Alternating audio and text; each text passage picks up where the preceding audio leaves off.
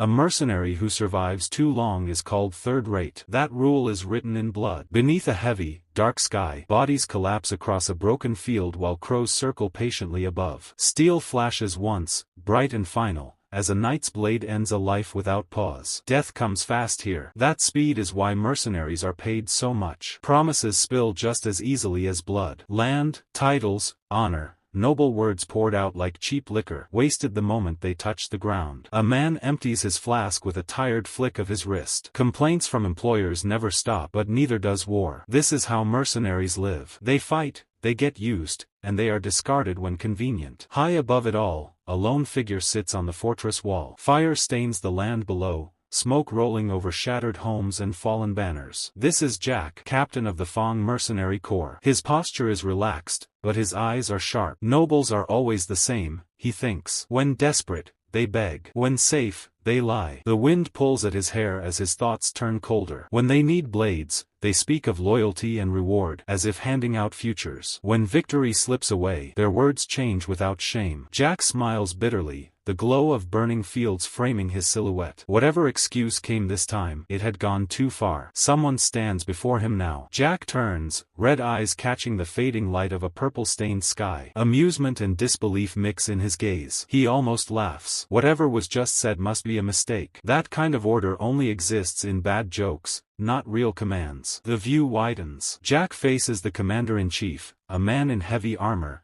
posture rigid, presence crushing. Reddish hair catches the twilight. His expression holds no warmth. The meaning is clear. Jack is meant to die. Not fight. Not retreat. Simply vanish on the battlefield. Shock lasts only a second. Jack wonders if the man has forgotten who stands before him. But the commander remembers perfectly. Captain of Fong. A known name. A dangerous one. Jack laughs openly now. Being told to die by someone who knows his value is almost impressive. Almost. His hand closes around his sword. The mood shifts. Jack understands this is no true order. If it were, there would be no discussion. No excuses dressed as honor. No talk of a mercenary dying like a knight. Hypocrisy shines brighter than steel. His stare sharpens, calm and cutting, like Levi facing impossible odds or Kirito stepping into a final fight. The wind howls between them. Silence stretches. For a moment, the commander looks away. His tone softens, reshaped into formality. Perhaps the words were harsh. Perhaps there is another way to say it. Jack does not relax. He already knows betrayal wears many masks. A final mission is offered. The war is nearly lost. Defeat presses in from every side. Jack looks out once more at the burning city, the truth impossible to ignore. Below, soldiers in full armor gather beneath a purple banner, preparing to march. The commander gestures toward the gathered troops below. These are the forces that will soon decide the fate of the war. He speaks evenly,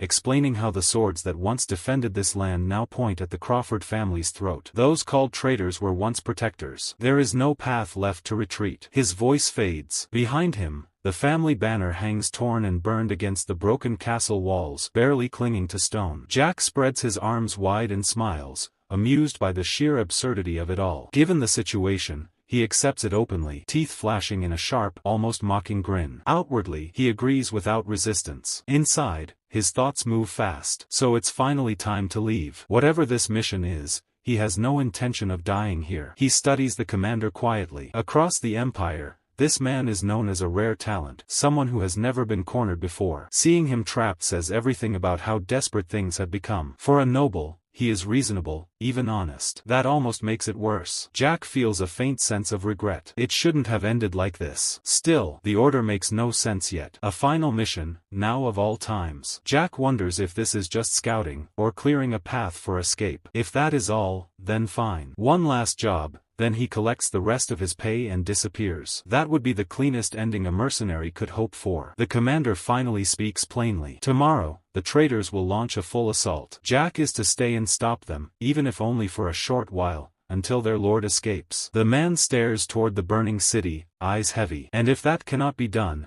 then Jack is to fight until the commander himself dies. The true meaning of the mission settles in, cold and final. As payment, the commander offers a massive red gemstone. He says it will cover the remainder of the contract once Jack withdraws. The words carry weight. Jack catches the gem as it is tossed to him. He judges it instantly. Something like this could keep the Fang mercenary corps running for 3 years. The gem glows deep red, like hardened blood. The commander watches Jack closely and asks what the gem means to him. That question snaps something loose. Jack's anger erupts. He demands to know if the commander truly thought him a fool. Smiles do not mean stupidity.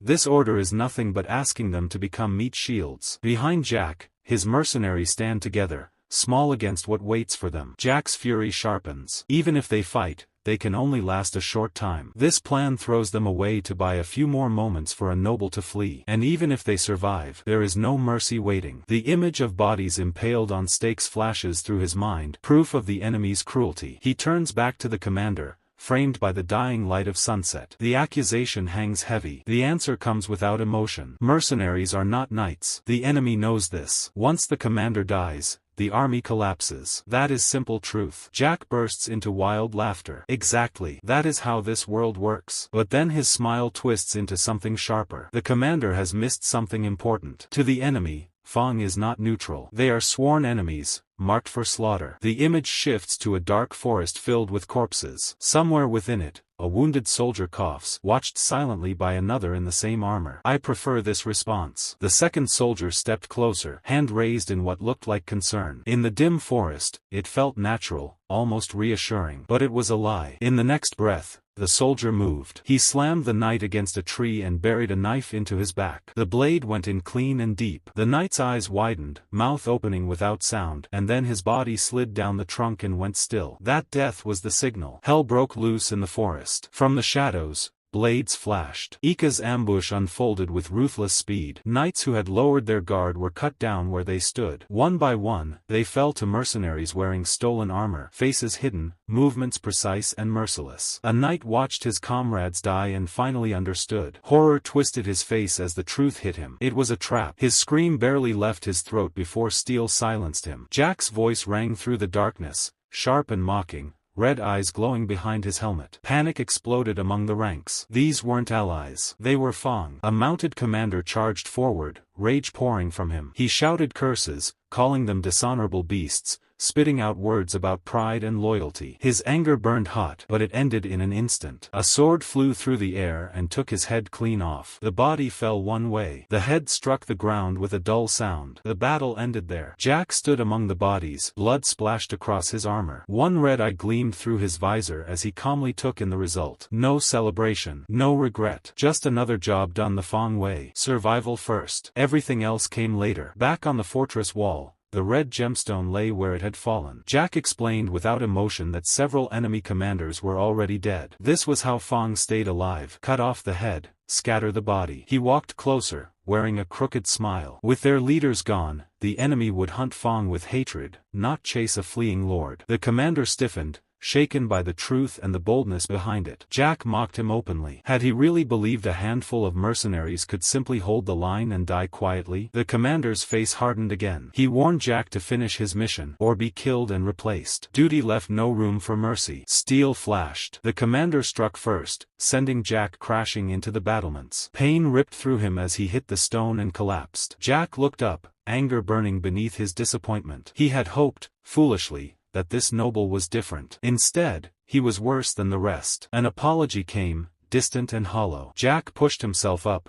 gripping his sword. There was no need for regret now. This outcome was cleaner. He spoke calmly, even cruelly, saying he wouldn't lose sleep over offering a bastard's head to demons. The commander understood immediately. Jack had already sealed every escape. The commander accepted it. As leader, he would see it through. 2 heads would be enough. In exchange, his soldiers would live. Jack froze, staring as the truth was revealed. An open box showed the severed head of another commander, already taken. The noble's eyes grew distant, heavy with resolve, as he prepared to follow the same path. All those people, the commander said, speaking of his soldiers. He admitted he had dragged them into this war himself. He had promised them something reckless, that dreams could still be reached, even by those born at the very bottom. A faint respect shone in his eyes as he spoke. They believed in him. They followed him this far. Because of that, he could not abandon them now. He had to carry that weight to the end. Jack stood with his sword in hand, the dark shapes of his mercenaries behind him. He understood those words more clearly than anyone. A leader did not walk alone. He carried every life that chose to follow him. He spoke quietly, stating that simple truth. Because he was their leader, nothing more needed to be said. The commander froze for a moment. Hearing his own resolve reflected back at him stole his breath. He stared at Jack, truly seeing him for the first time. The resemblance between them was unsettling. Jack let out a bitter laugh. Of course, they were the same in that one way. Bound by loyalty, chained to responsibility. That, the commander thought, was the mark of a true leader. He looked at the wall where everything had led them. What a waste, he muttered. If only Crawford did not stand between them. Regret filled his voice, genuine and heavy. His final wish slipped out without restraint. If only Jack had been his lord. Duty crushed sentiment. The commander stepped forward, sword raised. Jack was already wounded, his body screaming in protest. He barely had time to react before the blade struck him. Pain tore through his body, raw and final. His cry echoed once, then faded. The commander straightened, his role fulfilled. Jack lay still on the stone. The commander's green eyes narrowed, filled with sorrow and resolve. He had done what he believed was right. His final words were quiet, almost gentle. Jack should never forgive him. The world flashed white. Jack felt himself thrown back, weightless. As his life drained away, his thoughts remained clear. He had expected death. He just never imagined the gap between them would be so wide. Talent, fate, birth, those cruel lines drawn long before choice ever mattered. He smiled faintly as blood stained the floor beneath him. His men would be safe. He had ordered them to flee if he did not return. That was enough. He could die without regret. He had always known an ending like this waited for him. Still, one question lingered in the dark. What if he had been given the same chance? Darkness swallowed everything. Blood became memory. Memory became nothing. Then, a voice reached him, weak, desperate, begging him to wake up. Light burst into his vision, sharp and blinding. Jack gasped. He lay in a soft bed surrounded by luxury. A servant hovered over him, tears in his eyes. Jack lifted his hand and froze. Pale skin, slender fingers, lace at the wrist. This was not his body. Before he could speak, the servant slapped him hard. Pain snapped his senses fully awake. Then came the name that shattered his world. Young Master Lucian. His golden eyes widened,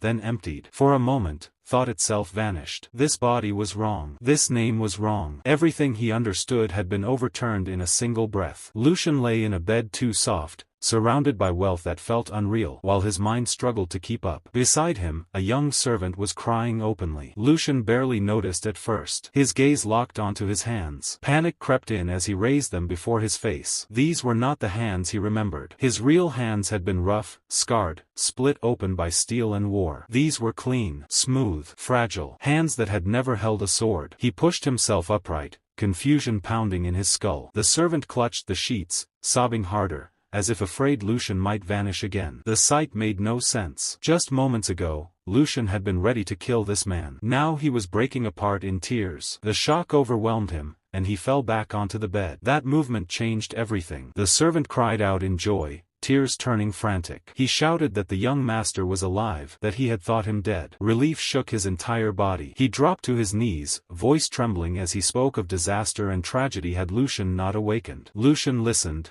stunned. Every word sounded like nonsense. Young master, personal attendant, great house. None of it belonged to the life he had lived. He knew one truth with absolute certainty. He had died. No one survived what happened on that wall. His hand moved to his neck. Smooth, whole, still attached. The memory of the final strike burned in his mind. Decapitation was not something you woke up from. A heavy silence settled over the room as the servant knelt nearby, waiting. Lucian forced himself to think. Slowly, carefully, he traced the facts. Different body, different name, alive after certain death. The answer formed, impossible yet clear. He had taken over someone else's body. A complete stranger. He stood. Strength flowed through him, unfamiliar but real. A strange excitement crept in. When he faced the mirror, it struck him fully. The face staring back was flawless. Golden hair, refined features, a noble's face, polished and untouched by hardship. He studied himself from head to toe. Fine clothes, rich fabric, everything screamed wealth. Disgusting levels of it. Hans watched quietly from behind, afraid to interrupt. Lucian touched the mirror once, grounding himself. Information came first. He turned to the servant and cleared his throat. He spoke calmly, testing the name on his tongue. He asked Hans a simple question. And Hans, eager and relieved,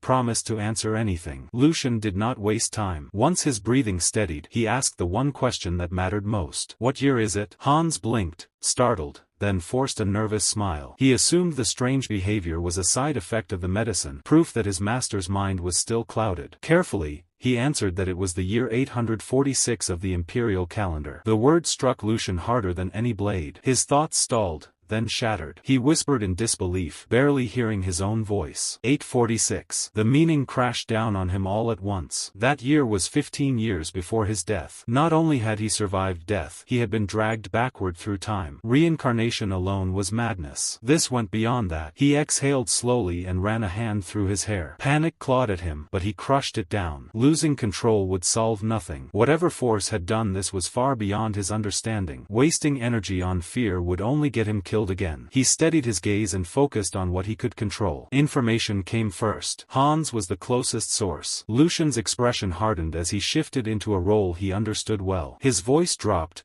cold and sharp, carrying a threat that made the air feel heavier. It seems you've decided to die today. The servant froze, terror flashing across his face. He could not understand the sudden change, only that something was deeply wrong. Lucian seized him by the collar, acting the part of an offended noble to perfection. How dare a servant touch the unconscious body of his master without permission? His grip tightened, his eyes merciless. Have the rules of this house changed while I slept? Hans shook violently, unable to answer. Lucian leaned closer, his gaze piercing. Then he asked the true question. Who am I? Hans's mind went blank. Fear swallowed him whole. He dropped into a deep bow, forehead nearly striking the floor. He begged for forgiveness, choking on his words, claiming his actions were born from shock and fear. Between broken sobs, he finally spoke the truth. Lucian Valdec, third son of the esteemed House Valdec. Lucian went still. The name echoed endlessly in his mind. Valdec. Images surged forward, sharp and unwanted. A golden lion banner snapping in the wind. Marble halls drenched in wealth. A house known across the empire. His heart sank as understanding set in. This was not coincidence. This was cruel irony. House Valdec was no minor noble family. It was one of the empire's pillars, standing beside the emperor himself. Its power rivaled the imperial bloodline. Lucian knew this family well. 15 years ago, he had worked for them. Not as kin, not as an equal, as a hired blade guarding their walls. The realization cut deep. He had died and awakened in the very house where he once stood as a disposable guard. Worse still, he was not the heir. He was the third son, a spare among spares. A bitter smile tugged at his lips. The absurdity of it all almost made him laugh. Memories of his past life flooded back. Being looked down upon. Coins tossed at his feet like scraps. Walking alone through fields of corpses, stained in blood that was never noble enough to matter. He had survived hell without recognition, without choice. All his life, he had wondered how far he might have gone if given real opportunity. Now fate answered that question. The chains of his old life shattered quietly. Lucian accepted the truth with cold clarity. Very well. If this was the chance fate had thrown before him, then he would take it without hesitation. Lucian pushed the door open and stepped forward,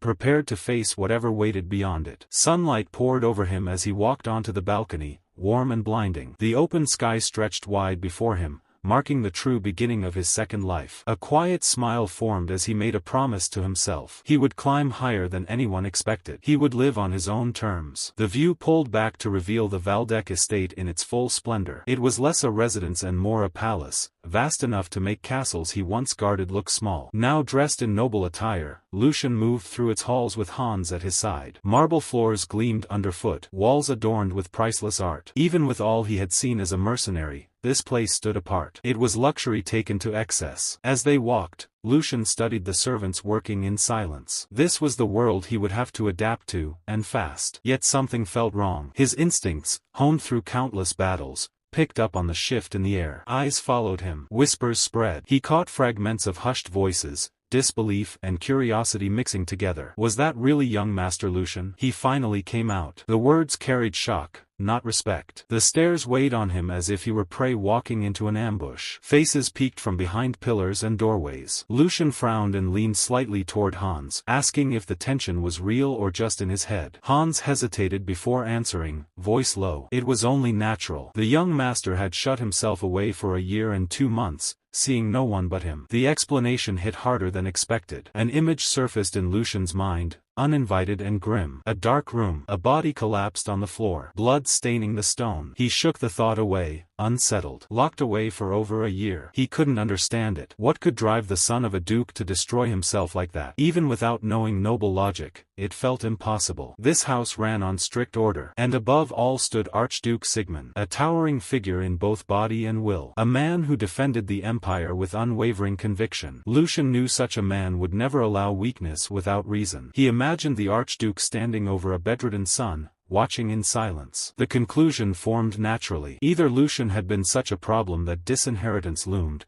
or there was a reason grave enough for the Archduke to look away. Until he learned which was true, one rule became clear. He needed to avoid the Archduke at all costs. At that very moment, someone stepped into his path. An older man approached, posture calm, presence refined. His voice carried quiet certainty as he spoke. "So the reports of your full recovery were accurate after all." Lucian stopped. Hans stiffened beside him. The man smiled gently, gray hair neatly kept. He introduced himself without ceremony, expressing sincere joy at seeing the young master after so long. He asked politely if Lucian felt any discomfort while walking. Lucian recognized him at once. The chief butler. His name was Edwin. Though once brought to the mansion as a hostage from an enemy house, his ability had earned him absolute trust. He managed all domestic affairs. Behind the kind smile and green eyes stood the Archduke's right hand. Lucian took one look at the man before him and cursed silently. This was bad. Very bad. Edwin was among the last people he wanted to meet right now. A man this sharp would notice even the smallest flaw. One wrong word, one careless movement, and everything would unravel. Street habits were hard to hide, and Edwin had spent a lifetime reading people. Lucian forced his mind to move fast. There was one thin thread of hope. Edwin had not seen Lucian for over a year. There was no recent version of the young master to compare him to. That gap was his only shield. If he played this carefully, he might slip through unnoticed. His mercenary instincts kicked in, calm and precise. He chose his mask, the most noble person he had ever observed. With a smile practiced through years of watching the elite,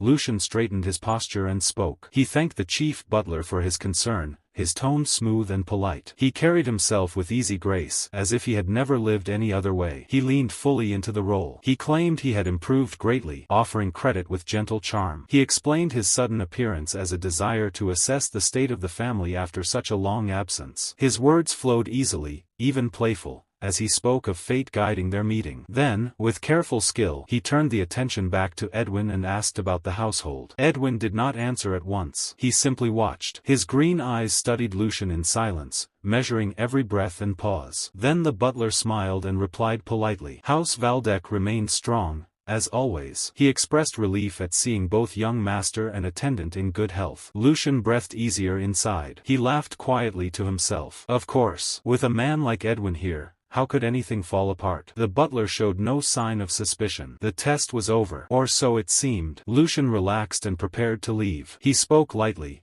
saying he had worried for nothing. Turning away, he mentioned exhaustion, claiming his long confinement had left him weak. He took a step forward, ready to escape while he still could. Edwin's voice stopped him cold. The words were polite, but they carried weight. He asked Lucian to delay his return. Blood ran cold through Lucian's veins. The exit closed before his eyes. His instincts screamed danger. The butler's expression remained calm as he delivered the blow. Archduke Sigmund wished to see him at once. Lucian turned slowly, panic flashing across his face. The one person he needed to avoid had already reached for him. The scene shifted to a vast, suffocating office. Lucian stood alone before an enormous desk. Seated beyond it was Archduke Sigmund, masked and unmoving, like a king on his throne. Silence crushed the room. The Archduke spoke, voice echoing. He leaned forward, one eye gleaming with menace, and asked a single question. How are you still alive? Lucian struggled to understand the hostility aimed at him. He asked what his father meant by those words,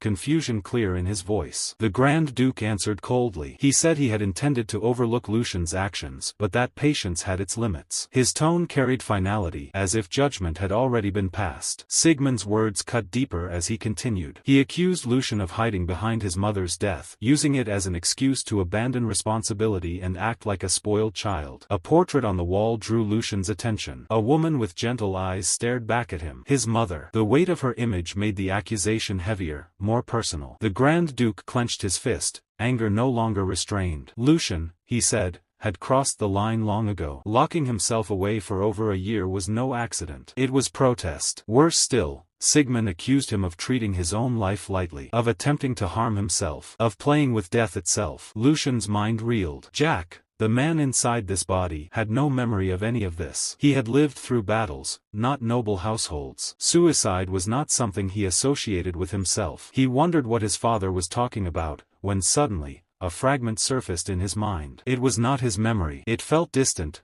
fractured, like peering through fog. A young Lucian lay weak in bed. Someone stood beside him, panicked. Tears fell freely. Hans. The servant's sobs echoed as understanding dawned. This was the truth of that day. Not rumor. Not assumption. An event Jack had never known existed. The present snapped back into place. Lucian tried to calm the situation, insisting there must be a misunderstanding. But his father cut him off without mercy. Sigmund demanded honesty. He ordered Lucian to confess what he had been thinking all along, what he had truly intended with those actions. The pressure mounted. The Grand Duke accused him outright. Wasn't the goal to create a scandal? To use his weak body to stir chaos within the family? Then came the final accusation. Sleeping pills. Lucian had taken them deliberately to cause an uproar. The realization struck Jack hard. The original owner of this body had not tried to die. He had tried to be noticed. A fake suicide. A desperate cry for attention. And in that moment, something clicked. Jack finally understood why the name Lucian had never stayed in his memory. Why it felt empty. Why there was nothing to recall. The missing piece fell into place with brutal clarity. The world rewound 15 years. Jack remembered his time as a guard at the Valdec estate. He recalled hearing about the Grand Duke's children. Among them, the third son, Owen Valdec. A name spoken rarely, always vaguely. Then came the memory that made his chest tighten. When Valdec had died. That was why Jack had no memory of him. He had been dead before Jack ever saw him. The image of Grand Duke Sigmund aligned perfectly with the man from Jack's past. Everything connected at last. The Grand Duke had 4 children, each born of a different mother. Jack remembered seeing the others during his years of service. Their mothers, their entourages, their rivalries. But Lucian and his mother had been absent. Always missing. Always unspoken. Jack remembered the facts as he had known them. Lucian's mother died of illness shortly after Jack began working there. Then, not long after, the young Lucian also died. Mother and son, gone in succession. That was the story. Back in the present, Jack's thoughts raced. The truth was clear now. Illness had been a lie. Death had been covered up. There had been a reason hidden beneath those deaths. Jack finally understood it now. The pressure the original Lucian had lived under was unbearable for a child. Losing his mother, standing alone in a house ruled by cold power, and holding a position so fragile it could break at any moment. Those things crushed him slowly. The truth, once seen, was painfully clear. The young Lucian had not wanted to die. Desperate for even the smallest trace of his father's attention, he swallowed a dangerous amount of sleeping pills. It was not suicide, but a reckless cry for help. A foolish gamble born from loneliness. Tragically, it went too far. The body meant to wake up and be noticed never recovered. Jack's thoughts continued, piecing together the final moments. During that long year of isolation, Lucian's weak body could not endure the damage caused by the drugs. What was meant to provoke concern turned into a fatal mistake. There was no dramatic ending. No final words. The boy simply died alone, his plea unanswered. With that realization, Jack saw the situation from another angle. The Grand Duke's rage, though brutal, was not senseless. From Sigmund's point of view, his son had treated life carelessly. He had stood on the edge of death and forced his father to face that reality. No matter his rank, Sigmund was still a father. His fury came from fear pushed too far. Even so, Jack hardened his resolve. Sympathy would not save him. This moment was about survival. One wrong word could end everything. The Duke's last question had not been curiosity. It was an ultimatum. Jack felt as if the floor beneath him was cracking, his second life dangling over an abyss. The future he had been handed was too precious to lose. If he failed here, the punishment would not be light. He imagined the outcomes clearly. Being sent away as a priest, locked in a distant monastery, stripped of worldly power. Or worse, exiled to the frozen north, condemned to fight cold, monsters, and endless hardship until his body broke. He rejected those futures with every fiber of his being. This life had been earned through blood and death. Even after losing his head in his previous life, fate had given him another chance. He would not let the tragedy of another man's family destroy it. A faint, defiant smile touched his lips. Would he really allow someone else's past to decide his end? The answer was clear. Having made his choice, Lucian stepped forward and addressed his father. He said he would speak honestly, as ordered. First, he apologized. He admitted to staining the name of Valdek with his foolish actions and causing his father deep worry. He bowed his head and placed a hand over his heart, his posture filled with humility and remorse. Edwin watched silently from the side, surprise flickering across his face at the sudden shift in the young master's demeanor. Lucian continued, stating that the fault was his alone. He offered no excuses and declared that he would accept whatever punishment his father deemed fit. His voice was steady, controlled. Then, without hesitation, he changed direction. He said that dwelling on past mistakes would change nothing. What had happened could not be undone. This, he argued, was the moment to look forward. He asked his father a bold question. Would it not be right to rejoice instead? To celebrate the fact that a son believed lost was still alive? The Grand Duke stiffened. The words caught him off guard. Slowly, he repeated them, almost to himself. What has happened has happened. It is irreversible. Lucian stepped forward without hesitation. He argued that a life pulled back from the edge of death should not be chained to the past forever. Regret could not be allowed to rot into fear. He brought his heels together, standing straight with a resolve that felt newly forged, as if he had finally chosen a direction. With a calm, unwavering voice, he declared his intent. He would live diligently for the future that lay ahead of him. The words carried weight, not desperation. Then, with a sly confidence that bordered on audacity, he pushed further. He asked not as a noble, not as a son under judgment, but as a child speaking to his father. He requested just one word of encouragement. Grand Duke Sigmund listened in silence, his expression carved from stone. Lucian did not stop there. He delivered his final, most dangerous argument. A father, he said,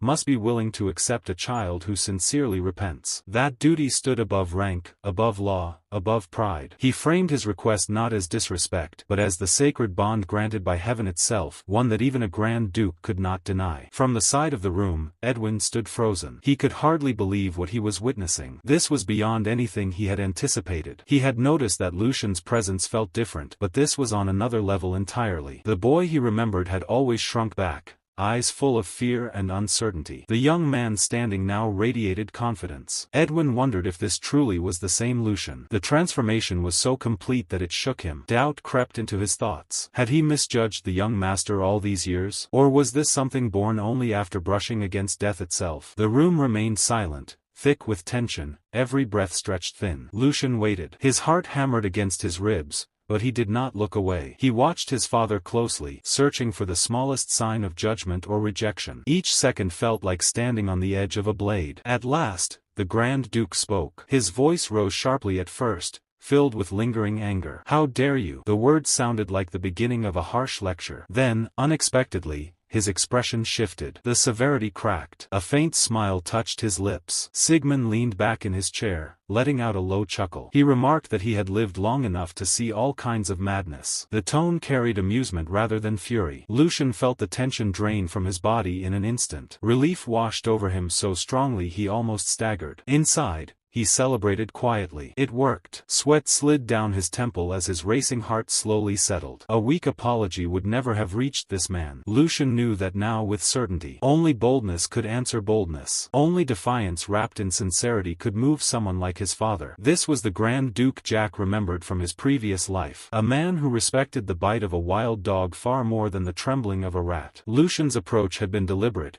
aimed directly at that nature. And it had struck true. The Duke spoke again, dryly noting that Lucian had grown shameless after returning from the dead. The words carried no real malice. Then he conceded. Since Lucian had spoken of diligence, he would ask him plainly what he intended to do from now on. Lucian answered without pause. First, he would fix his broken body. As he spoke, an image flashed through his mind. His former self. A hardened mercenary at the height of his strength. The weight of a sword in his hands. The feeling of power flowing through trained muscles. That was the man he wanted to reclaim. He lifted his head and declared his next step. He would properly learn the sword. Grand Duke surprised. The sword? He confirmed it calmly, admitting that before anything else, he had to fix the problem of his current body. This frail shell was no better than a paper doll. Still, he added lightly that if he ate well, slept properly, and trained steadily, things would work out in time. The Duke did not reply right away. He watched Lucian in silence, measuring the resolve behind those careless words. Slowly, A smile spread across his face. He admitted that Lucian certainly had a talent for speaking boldly. With that remark, he granted his son a small victory, nothing concrete, but enough to acknowledge the change. Interest flickered in the Duke's eyes. Words alone meant nothing. He wanted proof. Turning his head slightly, he addressed the man standing beside him. He instructed the chief butler to give Lucian that again. Edwin bowed at once. Behind his gentle expression, a quiet smile formed. Compared to empty encouragement,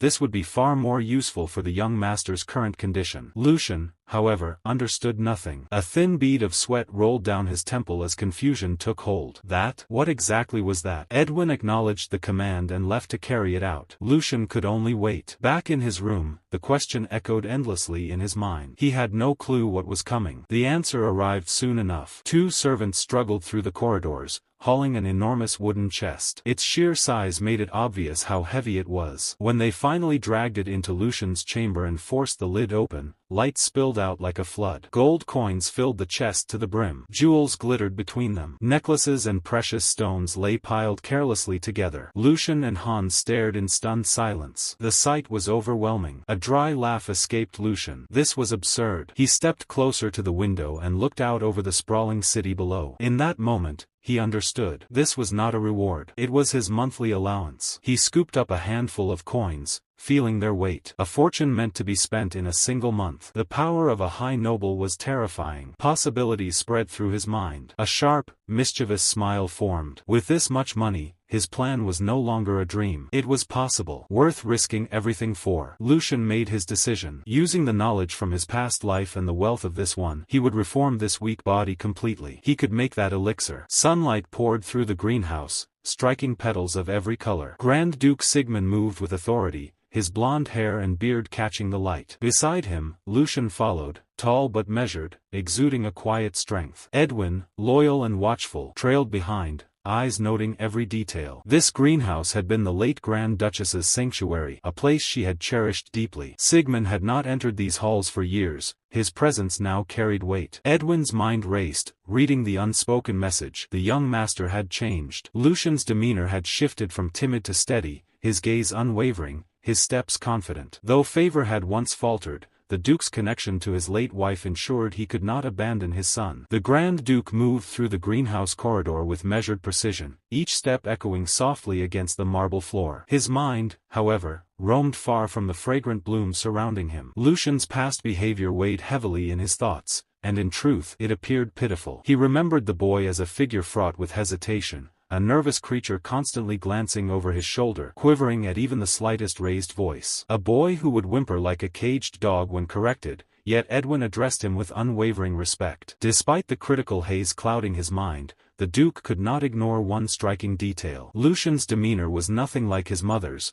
though his features mirrored her perfectly. The contrast gnawed at him, a sharp reminder that blood did not always dictate character. For a brief moment, his gaze softened, and an unfamiliar warmth surfaced, a faint, almost imperceptible smile. He admitted to himself, quietly, that perhaps he had misjudged his son. "You must have seen it too," the Duke murmured to Edwin, his voice low but steady. The older man's eyebrows lifted, curiosity evident. "Yes," Edwin confirmed. He looked you in the eyes without a trace of hesitation. The boy's bearing was resolute, confident. The Duke considered the words, weighing them carefully. He had always demanded strength, and now he glimpsed it flickering in Lucian, fragile but undeniable. Edwin, observing more gently, thought that beneath the boy's slight hesitations lay a tender heart and a contemplative mind. The young master had inherited his lord's blood, after all. "That remains to be seen," the Duke replied, skepticism still lining his tone. His eyes darkened slightly as he pondered the challenges awaiting Lucian. Words alone would not suffice. The tasks ahead demanded trial, struggle, and endurance. Only then could true measure be taken. Edwin's voice broke the silence. "My lord, there is a problem." The Duke's attention sharpened, intrigued. "A problem?" he asked. Edwin explained that, although Lucian support funds had been reinstated, their reinstatement had not gone unnoticed. Some details had leaked. The scene shifted in the Duke's mind to reveal the culprit, Geordie Waldeck, the second young master, a malicious smile dancing across his face as he burned a letter. He had dismissed Lucian's head maid and installed one of his own, subtly ensuring Lucian remained under surveillance. The Duke clicked his tongue, impressed yet wary of Geordie's narrow-minded cunning. He understood the resentment Geordie bore, a lingering shadow of their maternal family's disputes. But this level of persistence still surprised him. Edwin suggested intervention, but the Duke waved him off. "No," he said, his gaze drifting toward the koi pond. "Do not interfere." Edwin hesitated, questioning the harshness of leaving a child so early to face such trials. The Duke's expression remained calm, dismissive of Geordie's schemes as nothing more than minor games. Even this, he thought, carried value. "This is the price," he told himself,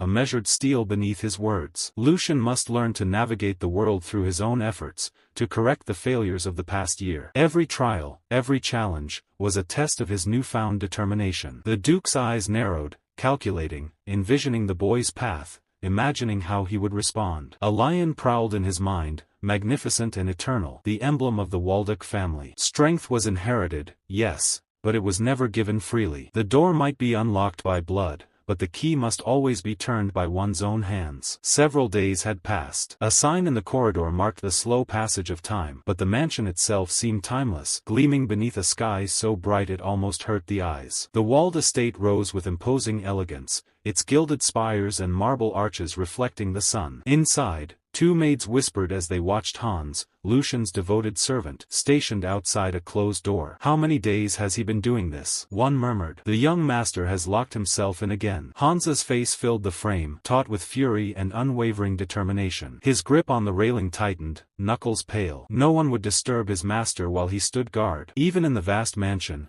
Hans's vigilance was absolute, a silent declaration that Lucian's solitude would remain unbroken. Memory surged through him, dragging Hans back to those first anxious days. Panic had consumed him, fear twisting in his gut. It was the third day since the support funds, previously cut off, had finally returned. Hans remembered Lucian's calm voice, assuring him the conversation with the Grand Duke had gone well. Relief and pride flooded Hans's chest as he recalled the sight of his master beside the massive chest of treasure, both smiling, both freed from uncertainty. Gold coins glittered in the light, and jewels of immense value lay within, wealth enough to tempt even the most disciplined. Hans, however, looked beyond the treasure. He studied Lucian, recognizing the courage required to confront the Duke. That conversation had demanded a strength few could summon. A tear threatened, then fell. His master had chosen to move forward, leaving sorrow behind, resolute and unshakable. Lucian barely acknowledged the treasure itself. His gaze was sharp, intense, and filled with a plan hidden from everyone else. A cunning smile curved his lips. "It's worth trying," he thought. Ambition burned in him, the resolve to rebuild his weak body fully, to transcend the limitations that had once held him back. Images of a glowing potion and a rare magical herb flickered in his mind, pieces of the plan already forming. His room had transformed into a laboratory. Books on alchemy were stacked high, strange apparatus scattered across the desk. Sweat streaked his brow as he worked, yet concentration never wavered. He cast a glance toward Hans, standing guard as always. That guy must be curious, but he obeys. Loyal as ever, Lucian thought with a fleeting warmth. A single herb held his attention, one that thrived only under moonlight, exceedingly rare. Its properties were barely known, and its value uncertain, yet Lucian's gamble was precise. Moonlight herb. He recalled the enormous risk he had taken, spending his entire allowance to secure it. A flashback returned, him instructing Hans with unwavering certainty. "It's not too late. Buy all the moonlight herb." Others might see madness, a fortune poured into an unproven herb, but Lucian's eyes shone with knowledge no one else possessed. He calculated the future. The price would not merely rise. Within a year, the price of moonlight herb will multiply tenfold. No, more than 20-fold. The realization of the immense profit awaiting him surged through Lucian, a wave of near-maniacal euphoria taking hold. His eyes shone with a wild, feverish light, greed and anticipation contorting his expression. "It will skyrocket without limit," he thought, heart pounding. A short laugh escaped him, quiet but full of the thrill of certainty. Gradually, he forced himself to calm, reflection replacing raw excitement. "Now that I think about it, I must acknowledge the boldness of the Alchemists' Guild," he considered. He remembered the state of uncertainty at the time. The success of their research on the moonlight herb had been far from assured. Yet despite that uncertainty, the Alchemists' Guild had scoured the entire empire, gathering every moonlight herb they could find. They had burned it all in a reckless gamble, wagering the guild's very future on a single, audacious bet. A lifetime wager, as the texts called it. Lucian's hand hovered above the potion he had crafted, fingers curling around the vial with reverent care. He recognized that their audacity had succeeded beyond measure, producing an unprecedented elixir that shook the empire, the fabled drink of the gods, nectar. He recalled the hubris of those who first called a mere drug god. The alchemists had risked accusations of blasphemy, threats to their guild's existence, all for a single creation. Yet once its potency was proven, the Empire had rushed to praise them as though no transgression had occurred, forgetting entirely the danger they had courted. Lucian's lips curved into a smug, knowing smile. He understood the full story, the hidden power he now possessed, and the potential it represented. For over 1,000 years, martial artists had lived under a singular, immutable law. One's realm, one's talent, was set at birth. Constitution was fate, and destiny could not be challenged. Innate nature was absolute, ironclad, a chain binding every life. Nectar shattered that certainty. Its power transformed a person from the very essence of their being, and even those with no innate talent could be forged into usable swordsmen. The miracle was unprecedented, defying every law previously held sacred. Lucian examined his own creation, a bright red potion. He admitted, quietly, that it fell far short of the original elixir, nothing more than a mass-produced substitute. Still, for his broken body it was all he had, and for now it was enough. Rolling up his sleeves, he squared his shoulders, determination hardening in his gaze. There is nothing better than this right now. An ironic smile crossed his face as he addressed the spirit of the body he now inhabited. Consider yourself lucky, noble young master. He recalled the final chapters of Nectar's story. When chaos engulfed the Empire, the Alchemists' Guild became the first target. The recipe for nectar had been too dangerous, too disruptive to remain in circulation. And so, it disappeared, lost to time and fear. Yet Lucian's eyes gleamed with a secret knowledge others lacked. I managed to gather the clues, and make something similar. Painful memories flashed of past experiments, of subjects lost to side effects, of failure and suffering. But he cast it aside. Enough talk. With a firm breath, Lucian lifted the elixir to his lips and drank it in one measured gulp. Instantly, blue energy exploded within him, a storm of raw power igniting his veins. Threads of energy coiled through his body, wrapping, twisting, awakening. The first step had begun, transforming the raw force of nature into something his own. This force, this vital energy, had a name, mana. Its true power did not lie in its presence alone, but in its circulation. How well it flowed, spread, and returned determined the quality and output one could draw. Lucian's mind raced as he traced the flow of energy through his body. He had borrowed the power of nectar to forcibly widen the blocked pathways within, guiding the mana through his astral form. But then, shock struck. Opening his eyes, confusion flared. There was none of the expected resistance or pain of a first-time mana infusion. Instead, the energy coursed freely, spreading as if it had always belonged. Currents of power flowed unimpeded, strong and vibrant, and Lucian's eyes widened in disbelief. Even a newborn's body retained impurities that blocked circulation. His should not have been so pure. A startling truth crystallized in his mind. In a symbolic vision, he found himself submerged underwater, gazing upward in awe and disbelief. Don't tell me. The revelation hit like a tidal wave. Above him, a colossal, majestic celestial whale glided through the depths, its presence echoing the boundless potential now within him. He was a genius, a prodigy unmatched, his body and spirit poised to surpass all limits. The morning sun spilled over the city, bathing every rooftop in warm, golden light, promising the start of a new day. Inside the mansion, Hans paced by the window, anxiety gripping him as his eyes darted toward the door and back to the street. His heart thudded in anticipation and fear, each tick of the clock amplifying the tension. Every shadow, every creak of the floorboards, made him flinch. A sudden sound from the door made him freeze, pulse leaping. It swung open, and Lucian stepped inside, disturbingly calm, his presence unnerving in its quiet confidence. Hans's breath caught. Relief and fear collided in his chest. The young master's voice, calm and measured, broke the silence, asking if anything had happened while he waited. Hans, on the verge of tears, rushed forward, words spilling out in a jumble of sobs and reprimands. He scolded himself for nearly breaking the rules, for stepping too close, for the terror that had gripped him at the thought something had gone wrong. Lucian's hand landed lightly on Hans's shoulder. The touch was grounding, yet it carried no guilt, no trace of the frailty Hans expected. Instead, a sly, calculating smile curved his lips. Hans froze, eyes narrowing as he caught the glint in his master's sharp, feline pupil. Something had changed. This was Lucian, yet not. Inwardly, the mercenary within evaluated the situation, noting Hans's recognition of subtle shifts. The intuition of the servant, who had watched over him more closely than anyone, had not failed. Lucian placed a hand over his chest, feeling the pulse of his new vessel. Physically, the body was still fragile, requiring nourishment and care. But inside, something extraordinary had awakened. A turquoise light glowed from his mono heart, throbbing with burgeoning power. Energy surged and shifted within him, alive and precise. Lucian's smile widened, smug and confident. The exterior may have appeared unchanged, but inside, his essence was transforming at an astonishing pace. All of T had been made possible by Lucian's innate constitution, a potential the original boy had never even realized he possessed. Conviction burned fiercely in his golden eyes,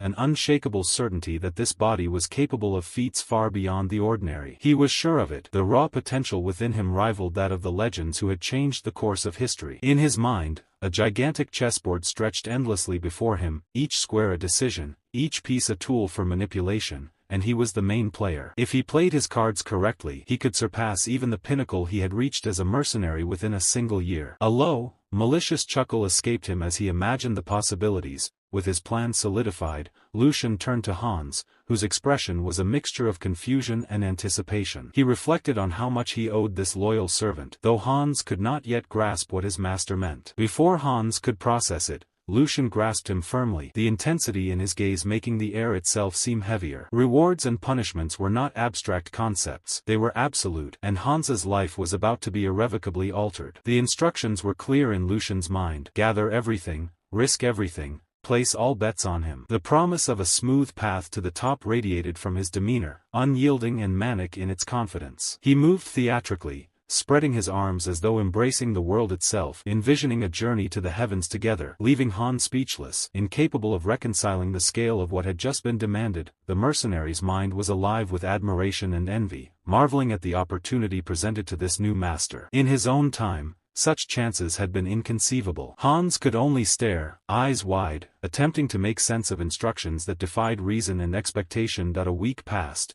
and the scene shifted to a tranquil forest bathed in sunlight, each leaf shimmering with life. Lucian strolled with hands clasped behind his head, whistling, finally unburdened by tension. Hans followed, brow furrowed with concern, still wary of the ease radiating from his master. Lucian allowed himself a rare indulgence, feeling the simplicity of walking, breathing, and existing without immediate struggle. He recalled the previous week with quiet satisfaction. Banquets delivered with meticulous precision, a constant stream of delicacies, rooms maintained without effort, beds soft and inviting, a luxury he had never known in his former life, where hunger and discomfort had been constant companions. A bitter laugh escaped him at the contrast, yet gratitude lingered. This newfound comfort allowed him to confront a lingering uncertainty. Thoughts of Jack, the Baldique family guard from a life that felt increasingly distant, flickered through his mind. Investigation had revealed nothing. No one matching the description had held the post, and the shifts he remembered had been filled by strangers. That past existence simply did not exist in this reality. Lucian clasped his hands, accepting the truth. Pursuit would serve no purpose. It would only distract him from his present goals. Besides, the idea of facing his former self brought no confidence,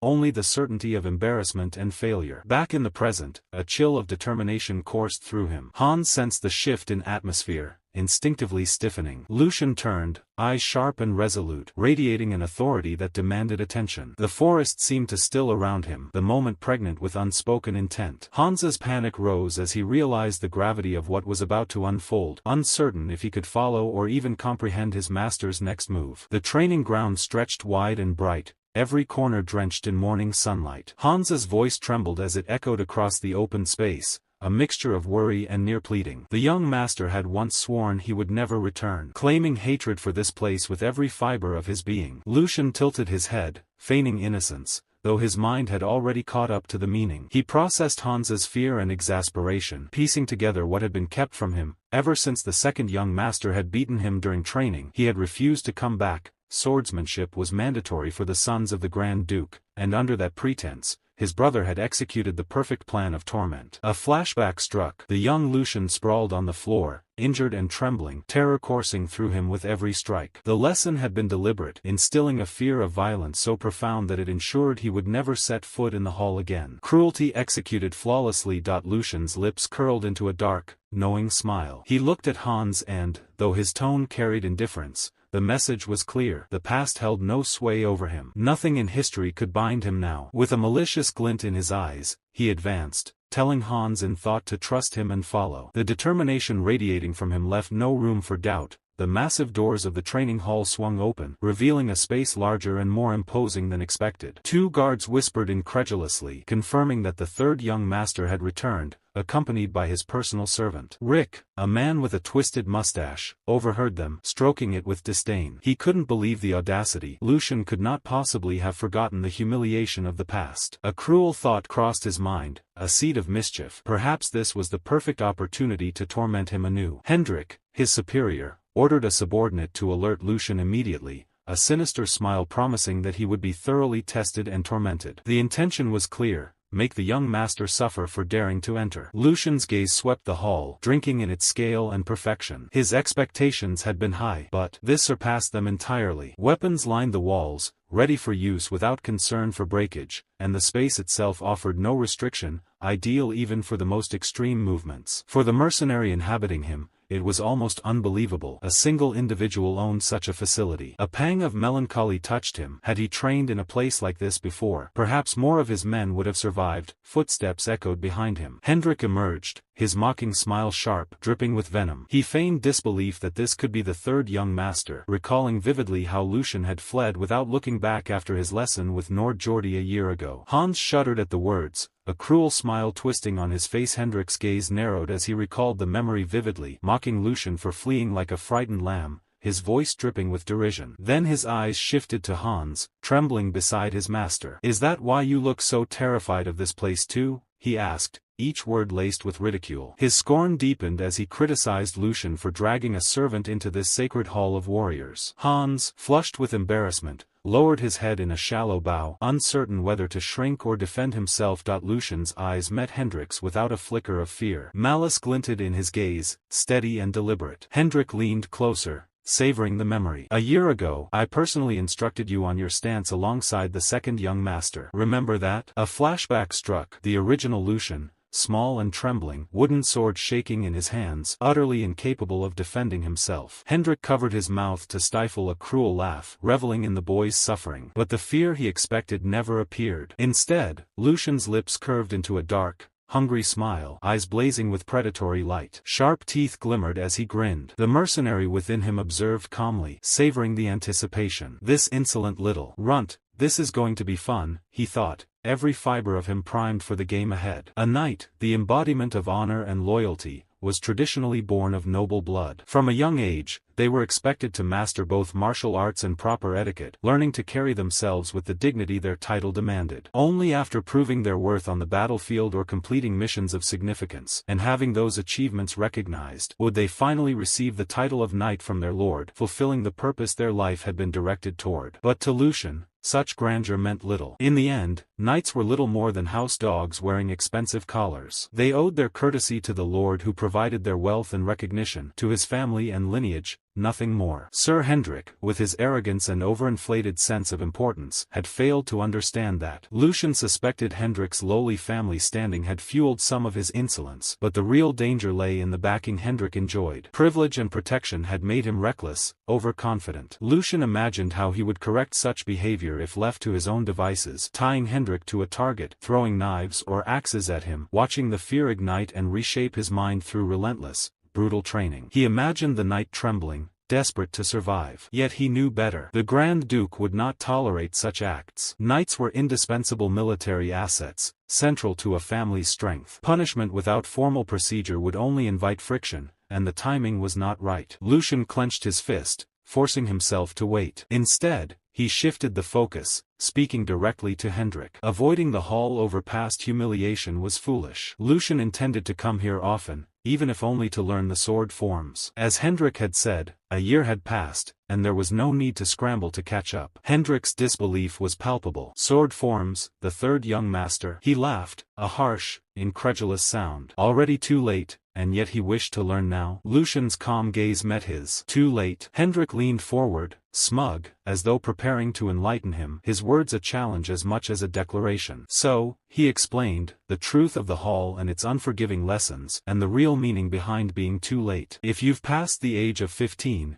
you can consider it over. Sword forms are the secret techniques and legacy created by our ancestors. Simply imitating the movements grants enlightenment and evolves the physical body. They are the essence of ancestral wisdom. However, he continues, that only makes sense on the premise that the path of mana is open. Since that path closes at 16, it would be nothing more than useless for you. Sir Hendrik concludes with an air of superiority. Sword forms without enlightenment are just an empty shell, nothing more than a dance. With a mocking smile, he steps closer and whispers, "Now that I think about it, perhaps that would suit you, young master. Why not become the #1 dancer in the empire? That way you save time and find your true aptitude, don't you? If not, you could simply spend your time gardening. After all, everyone has a role that suits them best." Sir Hendrik thinks smugly.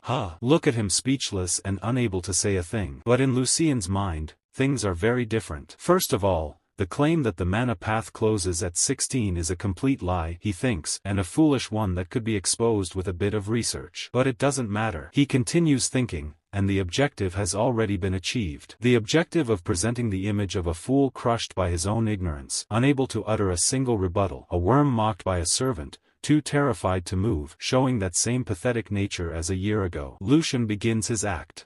Sir Hendrik. For some reason, that seems a bit different from what I know. Lucien refutes him, to the surprise of both Hendrik and Hans. The monopath closes around the age of 25, not 16. So, I understand there's no problem learning even now. Sir Hendrik, startled, says, are you certain of those words at this moment? Lucien presses on. It seems you're mistaken, sir. Does Brother Geordie share this opinion as well? Cornered, Sir Hendrik replies, of course. It's such obvious common sense. Sir Hendrik feels victorious. This finishes it. As I said, he can't even think of refuting me. Lucien collapses. Yes, that's right. Even my brother said that. Suddenly, he grabs his servant Hans by the shoulders and exclaims, Hans, it seems the Valdec family is doomed. Lucien shouts at his terrified servant. You think so too, right? You must. Hans, confused and frightened, can only think, ye young master, why are you dragging me into this? Dragging me into this? Lucien clutches his head in feigned despair. To think he's confused about common sense that even a stray dog knows at his age. Does that make any sense at all? Lucien continues his dramatic speech. How many talents have been deprived of opportunities because of such incorrect knowledge?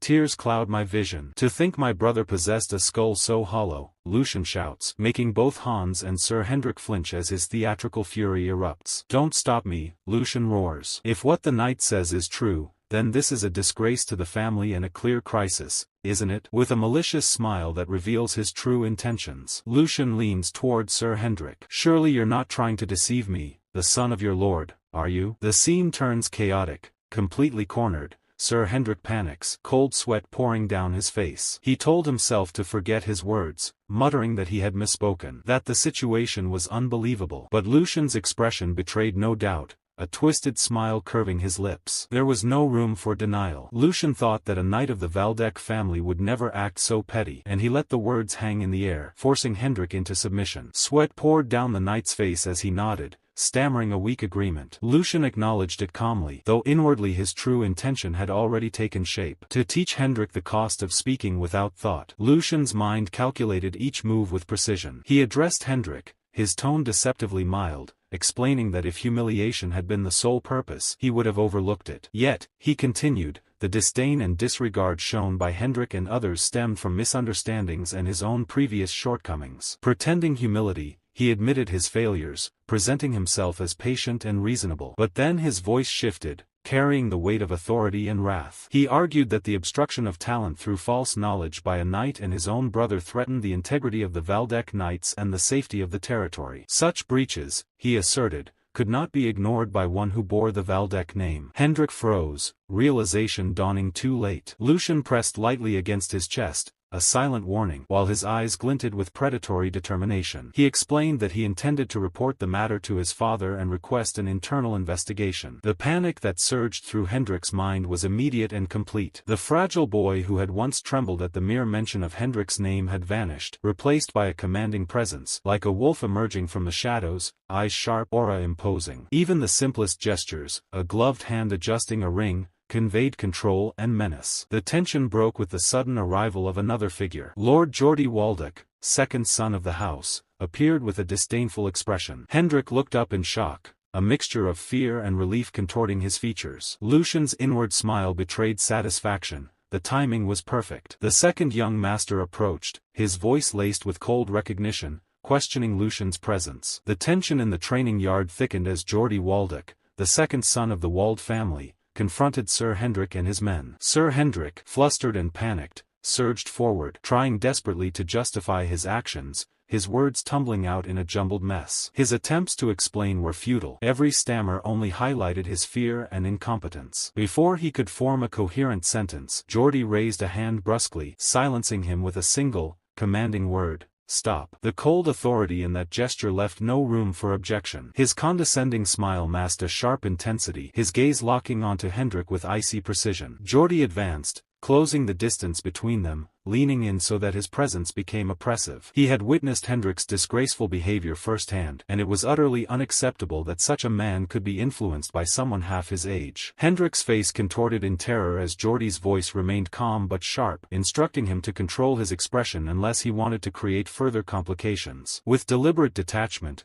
Geordie released Hendrik, wiping his hand on a handkerchief as if contact with the subordinate had soiled him, and then turned his attention to the two figures who had been observing quietly, Lucian and his servant Hans. Hans shrank behind Lucian, trembling at the sheer intensity of the second young master. Despite the fear radiating from his companion, Lucian's own reaction was one of amusement. His eyes glimmered with a hint of mischief, a smile tugging at his lips as he observed his elder brother. The scene before him was a spectacle, revealing the formidable presence of Geordie Waldeck, a noble groomed in the traditions of his house. Rumors had circulated that Geordie had begun recruiting outsiders to strengthen his influence, a move necessitated by the overshadowing power of the first son. The recruits were a tool in his strategy, to tip the scales of the family's internal struggles in his favor. Lucian, maintaining a veneer of polite respect, stepped forward, offering a formal greeting. His words were measured, smooth, and imbued with a subtle chill, betraying the underlying awareness of his brother's power. "Greetings, elder brother, Geordie Waldeck," he said, his smile radiant but calculated. The second young master's expression darkened, his disdain barely restrained. Time had passed since their last encounter, but his judgment was clear. Lucian's perceived insolence would not go unchecked. Without wasting pleasantries, Geordie launched into his reprimand. He feigned disappointment and accused Lucian of actions that threatened the dignity of the family, particularly referencing the recent incident with Sir Hendrik. Lucian's reaction was carefully orchestrated, feigning exaggerated surprise as if to seek clarification, buying time while observing his brother's tactics. Geordie's explanation was meticulous, emphasizing Hendrik's misuse of his name to create chaos, while magnanimously claiming he bore no intention to punish the knight directly,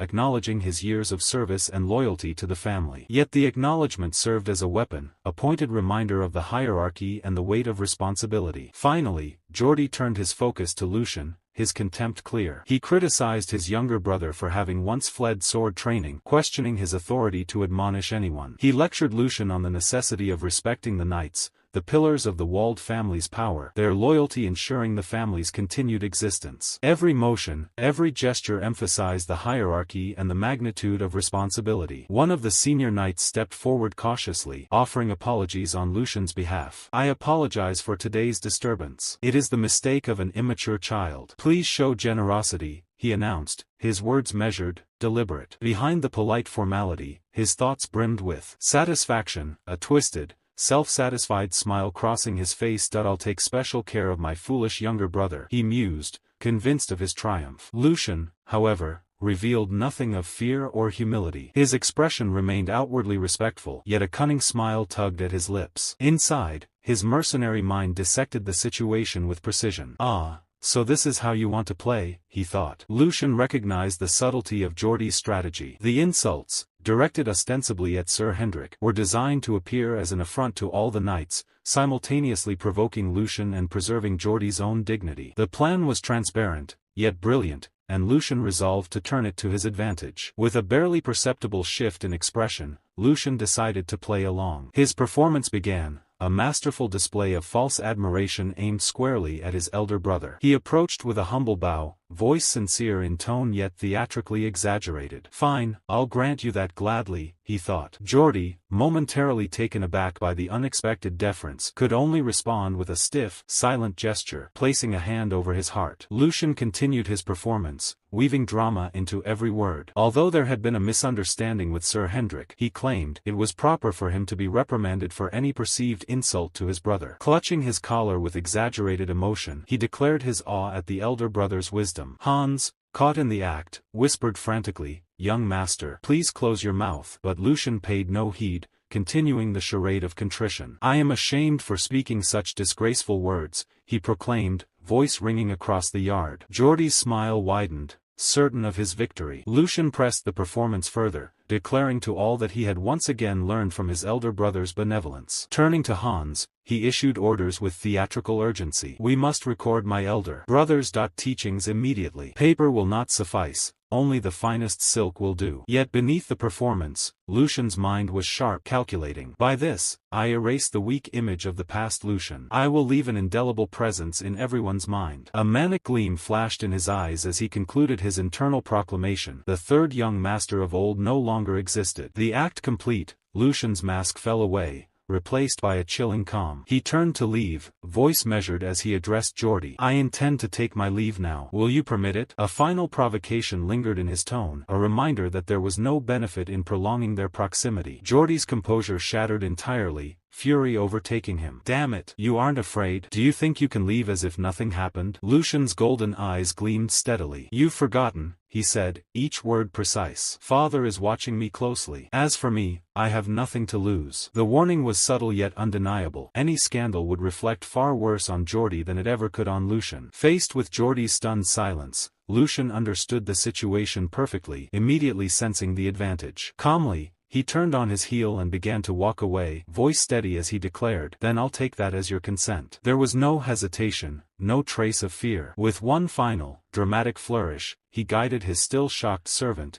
Hans, away from the tense scene. "I will take my leave now, elder brother Geordie," he said, the words carrying both politeness and subtle provocation. Hans, completely overwhelmed, stumbled behind him, shouting desperately, "Young master," while Lucian urged him forward with almost comedic urgency. Back in the training yard, silence settled like a heavy fog. Sir Hendrik approached Geordie cautiously, voice trembling as he sought guidance. "Second young master, was it truly wise to let him go so easily?" he asked, the question barely a whisper. Geordie gave no reply. His silence alone was more menacing than any shout could be, a seething calm that radiated danger. Close-up panels revealed the fury boiling in his eyes, golden and burning with rage, a clear promise of vengeance yet to come. The perspective shifted to a quiet path leading away from the mansion, the distance between the brothers now widening with every step. Lucian walked composed and deliberate, while Hans hunched over, glancing nervously around, terror etched into every movement. Finally, Hans could contain himself no longer. He stopped abruptly, sweat streaming down his forehead, fear making his voice tremble. "Young master, will everything really be all right?" he asked, panic spilling into desperation. Lucian paused, listening carefully as Hans continued, outlining the ruthlessness of his brother. Hans's fear took on a frantic, almost comical form in his mind, imagining the worst-case scenario. Capture by Geordie or the terrifying knight, their fates unknown to anyone else. Lucian's expression grew serious, but calm, his thoughts drifting to memories of his past life as a mercenary. Only someone who had endured such ruthless superiors could truly grasp the weight of Hans's terror. Images of his former struggles flashed before him, desperation, perhaps even imprisonment, dealing with incompetent superiors who worsened every situation before pretending ignorance. A bitter half-smile crossed Lucian's face, recalling the misery of those moments. Returning to the present, he reassured Hans with quiet authority. "That won't happen, so get up quickly." Hans looked up, tear-filled eyes meeting his master's unwavering gaze. "A mere knight wouldn't dare do such a thing, and I won't allow it either," Lucian said firmly. He bent down to Hans's level, voice softening with genuine empathy. "You've suffered because of me all this time, Hans." Warm sunlight bathed them both as Lucian reflected on past mistakes, the mistakes of the original Lucian, and the unfair toll they took on loyal subordinates. With a gentle gesture, he patted Hans on the head. Hans, deeply moved, could only whisper, "Young master." Lucian's expression hardened, eyes glinting with resolve. "I'll promise you one thing," he said, locking gaze with his devoted servant. "From now on, I will never allow my foolish actions to make my people feel fear or be looked down upon. The oath carried weight. Under the blazing daylight filtering through the palace windows, Lucian walked the quiet corridors with Hans at his side. Their steps were restrained,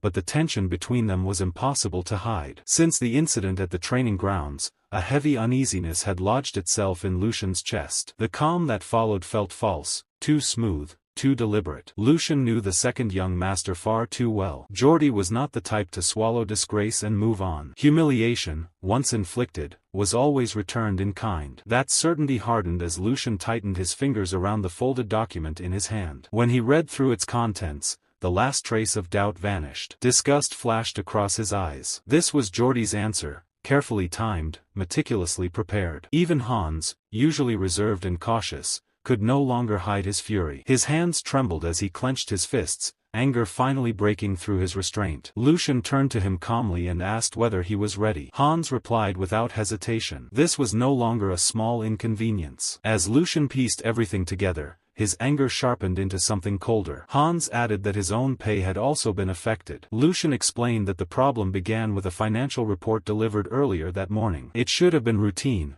a standard allocation to restock supplies and keep things running smoothly. Instead, the moment Lucian read it, his thoughts froze. The paper had slipped from his grasp, landing silently on the floor. At the top, printed in stark clarity, were the words budget summary. His personal allowance had been reduced by 75%. Hans's salary had been cut by nearly a third. The message couldn't have been clearer. Lucian immediately understood what had happened. Geordie had exploited his authority, working through official channels and disguising the move as administrative procedure. Even among nobles, manipulating funds in this manner was dangerously close to a capital offense. This was no oversight, it was a deliberate blow. They soon arrived at a secluded room. Lucian pushed the door open, his expression composed as his thoughts raced. This maneuver had only succeeded because he himself had left an opening. After his mother's death, he had handed control of his finances to others. That duty had once belonged to Dana, the former head maid who had served him faithfully for years. Now, that authority rested elsewhere. A woman stepped forward and bowed with flawless etiquette. She introduced herself as Jenny, the newly appointed head maid. With a polite smile, she claimed this was her first formal meeting with Lucian and mentioned that she had wanted to greet him sooner. Her tone carried a subtle edge as she remarked that Lucian had shown little intention of leaving his room for quite some time, implying that his long seclusion had finally ended. Hans bristled instantly, but Lucian raised a hand, stopping him. Lucian acknowledged her words evenly, admitting they weren't entirely incorrect. Then, with a faint smile, he said they would keep things brief. There was a more urgent matter to discuss. He lifted the document and asked directly whether she had authored the budget proposal. Jenny's expression flickered in surprise before she laughed lightly. She waved it off as a trivial issue, questioning why Lucian would summon her over something as insignificant as financial adjustments. She admitted freely that she had drafted it, explaining that Lucian himself had once granted full authority to the previous head maid and she was merely executing the responsibilities passed down to her. In her view, this was a task Lucian should have managed personally. Lucian's gaze cooled. He had expected that answer. Part of the responsibility did lie with him, and he did not deny it. Still, something didn't add up. He pointed out that the majority of the funds provided by his father were intended to raise servant wages, making up for his earlier neglect. As he spoke, the maids nearby visibly stiffened. Lucian then questioned why Hans's pay had been reduced rather than increased. The move was far too precise to be brushed aside as chance. Jenny smiled again, feigning astonishment. She suggested it must have been a mistake. Managing an entire household, she said, was overwhelming work. Turning to the surrounding staff, she asked them to confirm how burdened she was. Immediately, the others nodded in agreement, offering awkward support and subtly shifting responsibility away from her. Lucian watched them in silence, his thoughts calculating his next move. Lucian remained unconvinced. With a steady yet authoritative tone, he ordered everyone to stop. Stepping forward, his gaze swept across the room as he spoke calmly, remarking that while a body might belong to one master, its hands and feet were clearly acting under someone else's command. He moved toward the door, then paused and turned back, fixing Jenny with a sharp look. He asked one final question and instructed her to answer with care. Did she truly understand whom she was meant to serve? Jenny's response was swift and cutting. She said that such a matter would require confirmation from Lord Geordie. The scene shifted. In a narrow, shadow-filled alley, Lucian walked forward, his thoughts racing. Diseased flesh had to be cut away for the body to survive, no matter how painful the process. His heartbeat gradually quickened as that resolve settled in. At the alley's end stood a raucous tavern, overflowing with noise, drunken shouts, and chaos. Lucian and Hans entered, both hidden beneath cloaks. Hans whispered in confusion, remarking that he thought Lucian planned to go fishing to clear his mind. This place couldn't have been further from that idea. Lucian ignored him. His attention was fixed on the center of the bar, where two men were locked in a brutal fistfight. Cheers erupted around them as spectators screamed and laughed, openly shouting bets with bloodthirsty excitement. They approached the counter. The bartender, polishing a glass, eyed them warily and warned that suspicious customers weren't welcome. Lucian said nothing. He placed a heavy pouch on the counter. The dull thud made the bartender freeze. Lucian removed his cloak and calmly asked why a gambling house would turn away potential patrons, questioning whether the man truly wanted to do business. Lucian had not acted rashly against the maid for several reasons. First, Jenny was no ordinary servant. She was the daughter of the woman who had raised Geordie from childhood, someone deeply entrenched within the second young master's inner circle. Acting against her without preparation would only escalate matters and provoke retaliation. Second, and more importantly, this situation was born from Lucian's own oversight. Before his rebirth, he had been unfamiliar with the true mechanics of household authority and administration. He had delegated power casually, believing such blatant abuse would never occur. Reality had proven otherwise. Lucian understood that this problem couldn't be solved with reason alone. It required precision and calculation. More than that, he was certain the Archduke was not ignorant of what was unfolding behind the scenes. This meant the situation itself was a test, and Lucian intended to pass it. Lost in thought,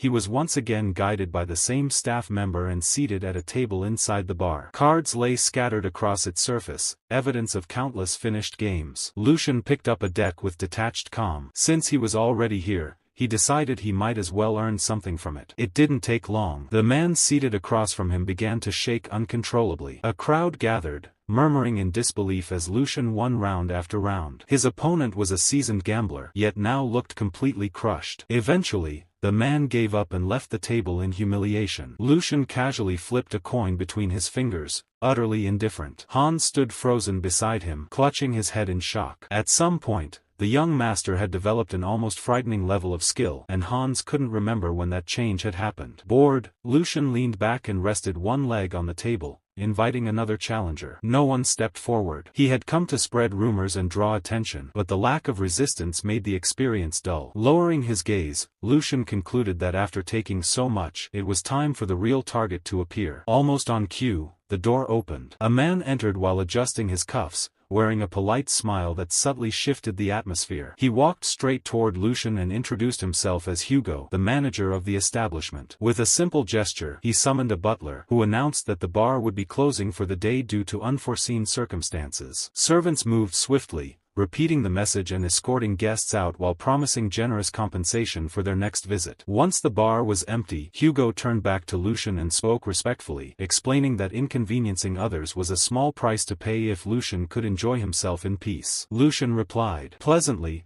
remarking that it had been a long time since he'd gone out, and praising Hugo's keen judgment. Such intuition, Lucian noted, was essential for survival in this business. Hugo apologized for greeting him late, but Lucian waved it off, saying he only wanted a change of scenery. Hugo's gaze drifted to the towering pile of coins on the table, and he admitted his astonishment. It had been years since anyone had won so much in his establishment. He then offered to be Lucian's opponent himself. Though he admitted his chances were slim, he believed his experience might at least make things interesting. Hans immediately grew uneasy and urged Lucian to leave. They had already won more than enough, and something about this man felt fundamentally different. Hans had encountered many dangerous figures in the palace, but this presence stood apart. Lucian understood the warning. Hans had earned his role not just through loyalty but instinct. With a single glance at Hugo's hands, Lucian confirmed it. This was Black Shark Hugo, a name burned into his memory from his previous life. A ruthless man who rose from the city's darkest corners through brutality and cunning. Gambling, smuggling, contract killings, he ruled them all. Eventually, he would dominate 5 territories from the shadows and later, amid imperial chaos,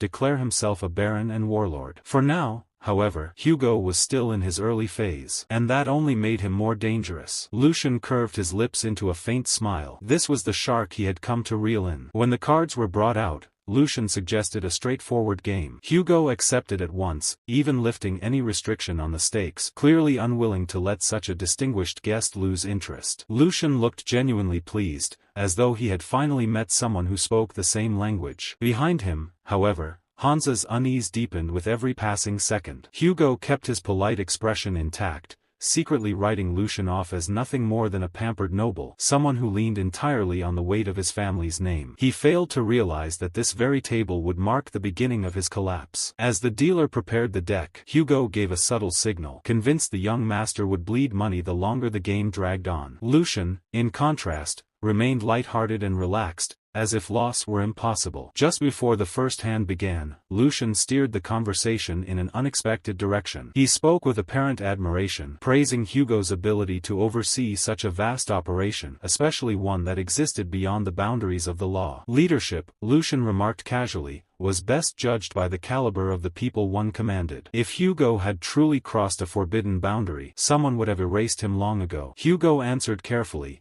stressing that he always understood his position and never offended those above him. Lucian laughed softly, reassuring him that House Valdec was not so inflexible. Then, with unsettling composure, he asked a single question: when Hugo intended to begin full-scale production. Hugo froze. Lucian's gaze did not waver as he clarified what he meant. He was referring to the operation hidden in the back, an illicit one. The moment those words settled, the atmosphere at the table changed. The air grew thick, almost crushing. An invisible pressure spread outward, forcing even the servants to break into cold sweat. Hans stiffened, fear etched plainly across his face. Hugo felt as if his body had betrayed him, locking in place as though struck by sudden illness. Forcing himself to breathe, Hugo tried to recover. He feigned confusion, insisting he had no idea what Lucian was implying, swearing that he knew nothing of illegal dealings. Lucian did not argue. Instead, he calmly placed another stack of money onto the table. The movement was slow and deliberate, making it clear that denial was meaningless. With a detached smile, Lucian peeled back the truth. Hugo had been hired by the Marquis Lauren family to undermine Valdec territory through the distribution of prohibited substances. Lucian's eyes sharpened as he spoke, openly criticizing the recklessness of such an order. For a Marquis family to act with such crude disrespect showed utter disregard. There were lines that could never be crossed, and Hugo had already stepped far beyond them. Hugo remained silent. Sweat poured down his face, his breathing uneven as panic took hold. Lucian continued in the same calm tone, remarking that Hugo's nerve was almost worthy of praise. Smuggling contraband into another city was daring enough, but doing so within Valdec lands bordered on self-destruction. The moment something went wrong, every force tied to Valdec would tear him apart without hesitation. The pressure in the room intensified. Lucian watched Hugo in silence, fully aware that behind those strained features, his thoughts must be spiraling into chaos. Failure meant only one thing: death. The scheme had been uncovered far too early, and the opponent now standing before Hugo was the Valdec family itself. There could be no worse outcome. Under normal circumstances, this operation would have stayed buried for years. By the time whispers ever reached the Grand Duke, Hugo would have already disappeared without a trace. But Lucian's insight, knowledge carried over from a previous life, had torn the plan open before it could fully take shape. At last, Hugo forced himself to speak. His voice shook as he insisted this was all a misunderstanding. Lucian echoed the word slowly, his tone flat and sharp, demanding to know exactly what had been misunderstood. Sweat dripping down his temples, Hugo claimed he was nothing more than a small-time merchant barely managing to survive. Involvement with narcotics made no sense, he argued. It had to be a vicious rumor spread by jealous competitors. If given the chance, he swore he would personally hunt down whoever started it. Lucian cut through the performance without hesitation. He calmly compared Hugo's story to the supposed legitimacy of his flour mill, casually mentioning the underground tunnel beneath it, officially described as nothing more than an emergency escape route leading beyond the city walls. Lucian made it clear this would be the final question. He asked what phase the operation had truly reached. Hugo froze. The color drained from his face as sweat poured freely. Words deserted him. Finally, his strength gave out and he collapsed back into his chair. For a brief moment, his thoughts cleared, and reality crashed down. Lucian knew everything: the fake storefront, the concealed passage. At that point, excuses were worthless. A dangerous thought crept into Hugo's mind: eliminate him. The servants sensed the shift instantly. One after another, their stances changed subtly, fingers edging toward hidden blades. An unguarded noble could, in theory, die mid-conversation. Before that thought could solidify, Lucian spoke again. His voice was cold and unyielding as he warned Hugo to think very carefully about his next move. This gamble carried only one chip on the table: his life. Behind Lucian, Hans trembled, terror plain on his face. Hugo's clenched fist slowly loosened. Lucian reminded him, calmly, of how much blood and effort it had taken to climb to his current position. Hugo cursed himself inwardly for even entertaining such madness. Raising a hand against a Valdec successor was no different from inviting a death more horrific than execution. His imagination supplied vivid images of the punishment that would follow. At last, Hugo shut his eyes and released a long, shuddering breath. Survival 1. He lowered his head and begged for mercy. Lucian's presence here proved there was another objective. If execution were the goal, Hugo would already be dead. Desperation stripped away what little pride he had left. Hugo declared that he would become whatever Lucian wished, abandoning himself completely. In response, every servant in the room dropped to their knees, pleading alongside him. Lucian said nothing for a long moment. Then he rose to his feet, unhurried. Keeping a dog, he decided, was not such a terrible idea. He happened to be in need of capable hands and feet. Relief flooded through Hugo. He bowed repeatedly, swearing unwavering loyalty, as if his life had just been returned to him. Lucian took a step closer, then stopped. Simply turning Hugo into a hunting hound would never truly bind someone like him. Lucian rested a hand on Hugo's shoulder and asked a single, quiet question. Did he wish to become a knight? The room fell into complete silence. Hugo's eyes widened. Becoming a knight had once been his greatest dream, something he had chased with blind obsession until reality crushed it out of him. No matter how capable he was, he had always been expendable. His birth marked his ceiling, one he could never break through. And yet, those few words stirred something long buried in his chest. Hugo lowered himself fully, pressing his forehead to the floor as he vowed absolute loyalty if such a chance were truly granted. His voice trembled as he asked whether it was even possible. Lucian answered without pause. He swore on the honor of the Valdec family itself. As long as Hugo kept his integrity and did not disgrace his name, status would never block his path. Then Lucian asked him one last thing. Did he want to live as a man, rather than a tool? Hope surged through Hugo's chest, a sensation he had not felt in years. Days later, inside the palace, servants gathered with restrained curiosity and unease. Lucian arrived and seated himself casually at the front, one leg resting atop the table. Hans and Hugo stood behind him. At Lucian's signal, Hugo stepped forward and introduced himself as the one who would now assist the Lord. A sharp, controlled smile curved Hugo's lips, calm, predatory, like a hunter surveying unfamiliar ground. He declared his intention to work smoothly with everyone, marking the start of his new role. Some time later, within the palace halls, Lucian sat composed as several servants stood before him. He lightly brought his hands together, signaling that introductions were over, and instructed them to summon the head maid. One servant hesitated, visibly uneasy, and questioned why she needed to be called so suddenly. Lucian replied casually that the head maid should formally greet him. His thoughts drifted to the previous day when she had reprimanded him without restraint. He made it clear that such behavior would not be tolerated again. Since there was no alternative, the matter needed to be properly reported, busy schedule or not. Lucian quietly observed their reactions and found them exactly as expected. The servant who had spoken earlier glanced around nervously and warned the others not to act rashly. Another quickly agreed,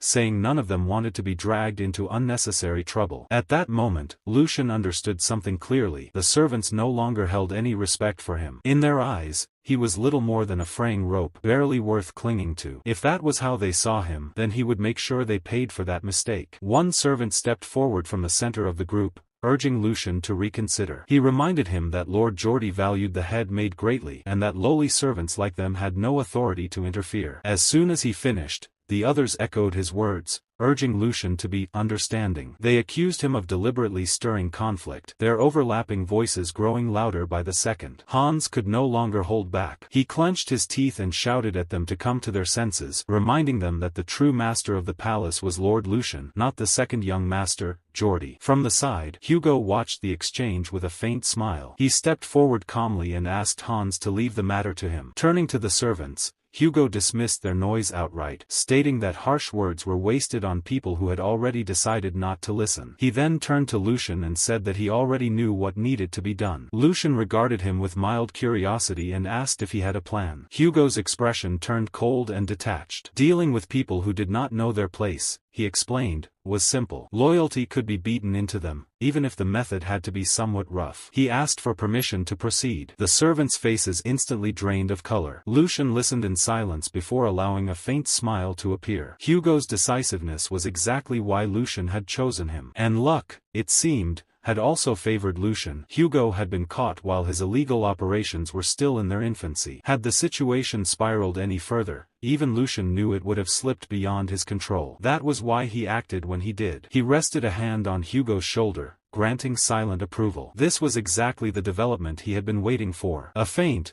almost sinister curve touched Lucian's lips as he gave Hugo a simple instruction to show them properly. Hugo acknowledged the order without hesitation. The temperature in the hall seemed to drop as he advanced toward the servant standing at the center. At close range, Hugo's presence felt crushing, like a towering stone wall bearing down on something fragile and insignificant. The servant swallowed hard, forcing himself to stay upright. He told himself that Hugo was merely an outsider, a newly recruited lackey with no real backing. Summoning what little courage he had, the servant warned Hugo not to act rashly. He advised him to recognize the situation clearly and to choose the correct side if he wished to survive. Hugo stared down at him with icy detachment and asked whether the man truly understood how merciless the powers behind him could be. The servant let out a mocking laugh, scoffing at the idea that Hugo would gamble his life for a few coins and a temporary position. Hugo's hand tightened slowly into a fist. He dismissed the words as nothing more than the final noise of someone who did not yet realize his fate. The strike came without warning. The blow was brutal. The servant was hurled across the room and slammed into the floor with a sickening impact. His face ballooned instantly, bones shifting out of place as consciousness left him in seconds. Silence swallowed the hall. Before anyone could react, the massive doors were forced open. Two servants dragged someone inside between them. It was the head maid. She struggled fiercely, shouting in outrage, demanding to know whether they believed they could behave so recklessly. One of the escorts snapped at her to remain silent and cooperate, warning that her refusal to grasp the situation only proved her ignorance. She spun on him in fury, then froze. The sight before her shattered her anger instantly. Servants knelt along both sides of the hall, battered and trembling. Some bore visible bruises, others avoided lifting their heads at all. Near the window stood Lucian, his back turned,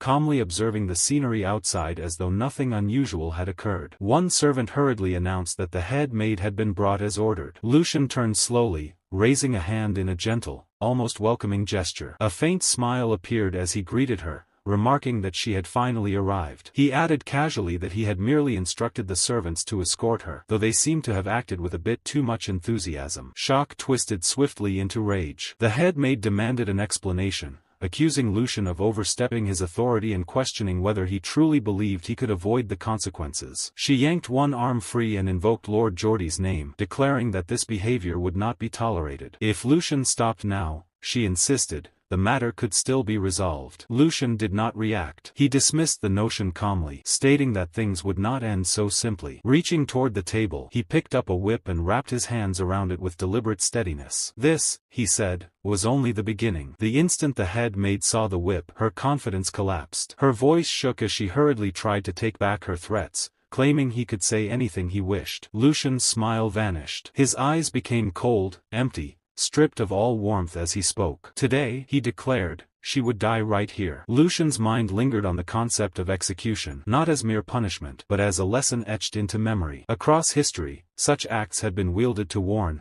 to assert authority, and to maintain order. They were deliberate, precise, and above all, unforgettable. With this single demonstration, there was no need to reshape the hierarchy entirely. The message alone would reach the Grand Duke. The weak, inconsequential third prince had ceased to exist. Satisfied with that conclusion, Lucian motioned for the guards. The command was simple: bring forward the head, Jenny. Even restrained, Jenny's expression remained defiant, lips curling into a mocking smile. She dared to assume Lucian would not follow through, reminding him of her connection to Lord Geordie. She spoke of her mother, Lucian's wet nurse, and argued that through that bond, they were essentially siblings. Lucian's response was cold and sharp. He saw no honor in dragging one's brother into such matters at the moment of death. He told her, with quiet finality, to speak any other words she wished. Jenny tried once more to invoke Lord Geordie's name, her voice rising, but Lucian cut her off instantly. She had misunderstood entirely. The system percentage dropped to 21%. Lucian's eyes flickered briefly to the gauge, noting that he already possessed more than enough justification to end her life. Her offenses were numerous: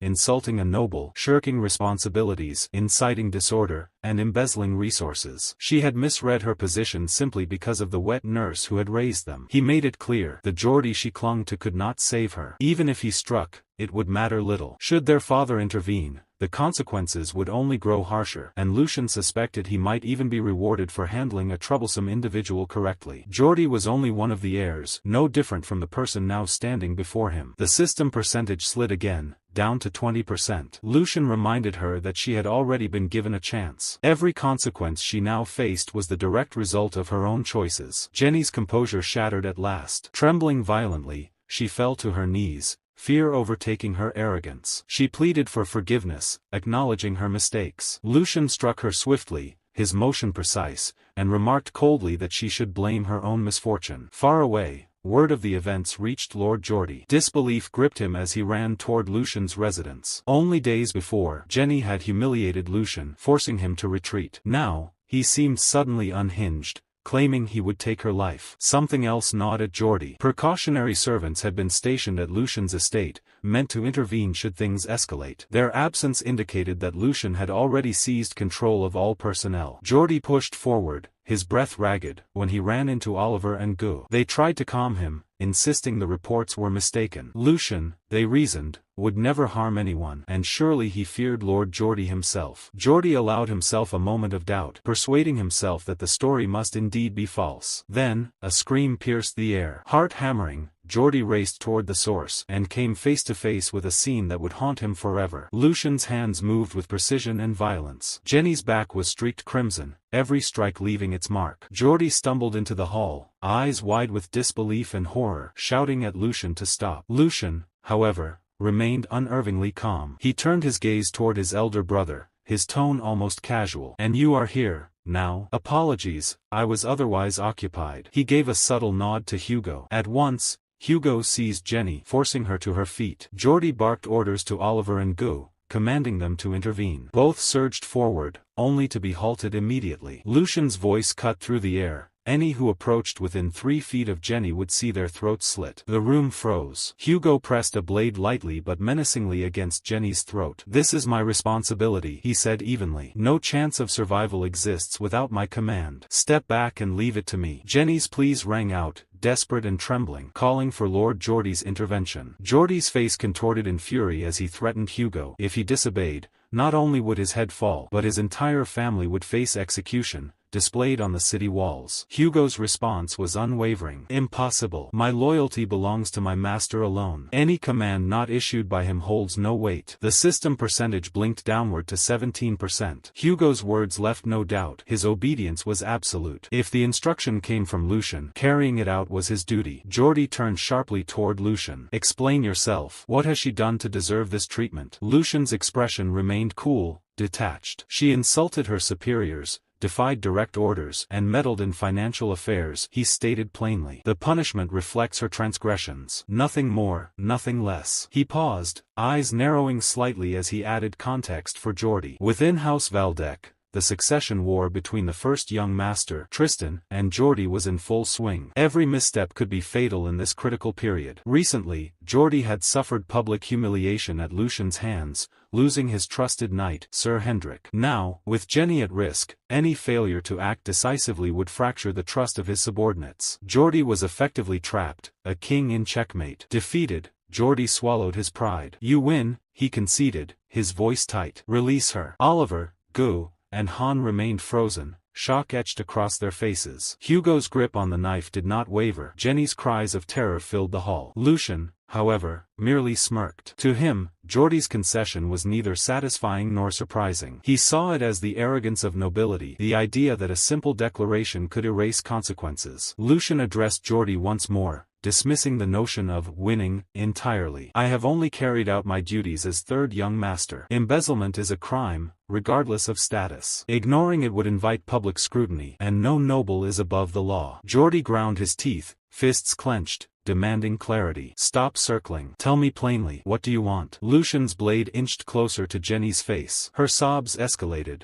panic overtaking her. Geordie's frustration mounted, helpless against the calm predator before him. Lucian spoke evenly, his words slicing through the tension. Since ancient times, he explained, those who laid hands on another's property were punished in kind. Typically, restitution required multiple times the value of the offense. Now, the decision rested with Geordie: determine the price, or let the consequences unfold. The scene shifted subtly to Duke Sigmund, standing alone by a window, lost in thought. His mind wandered to the events of days past. He remembered the head butler recounting that the embezzlement incident had already been addressed. Sigmund questioned the accuracy of the report. The head butler confirmed it personally. Geordie had compensated Lucian tenfold, and an outsider named Hugo had been recruited to root out spies within the annex. Lucian's control over his domain had never been tighter. The narration returned to the present. Lucian stepped forward, standing before Duke Sigmund, and asked simply, "Father, did you summon me?" Duke Sigmund's gaze fixed on Lucian with a weight that felt unfamiliar, as though the sun before him had shifted overnight. Lucian sensed it immediately. Something in his father's stare had changed, carrying a subtle edge he hadn't seen before. "You've caused quite a commotion lately," Sigmund remarked, his voice calm but edged with meaning. Lucian inclined his head lightly. "It was nothing significant, father. I merely corrected those who failed to recognize their proper master." Sigmund's expression remained unreadable as he countered, "Your actions have humiliated your brother. Geordie will not forget this, and consequences will follow." Lucian's tone stayed measured, almost casual. "There is nothing to manage. I only restored the proper hierarchy." A faint smile played across Sigmund's lips, but his eyes never wavered. "Geordie is restless. He picks fights with you, and as the head of this house,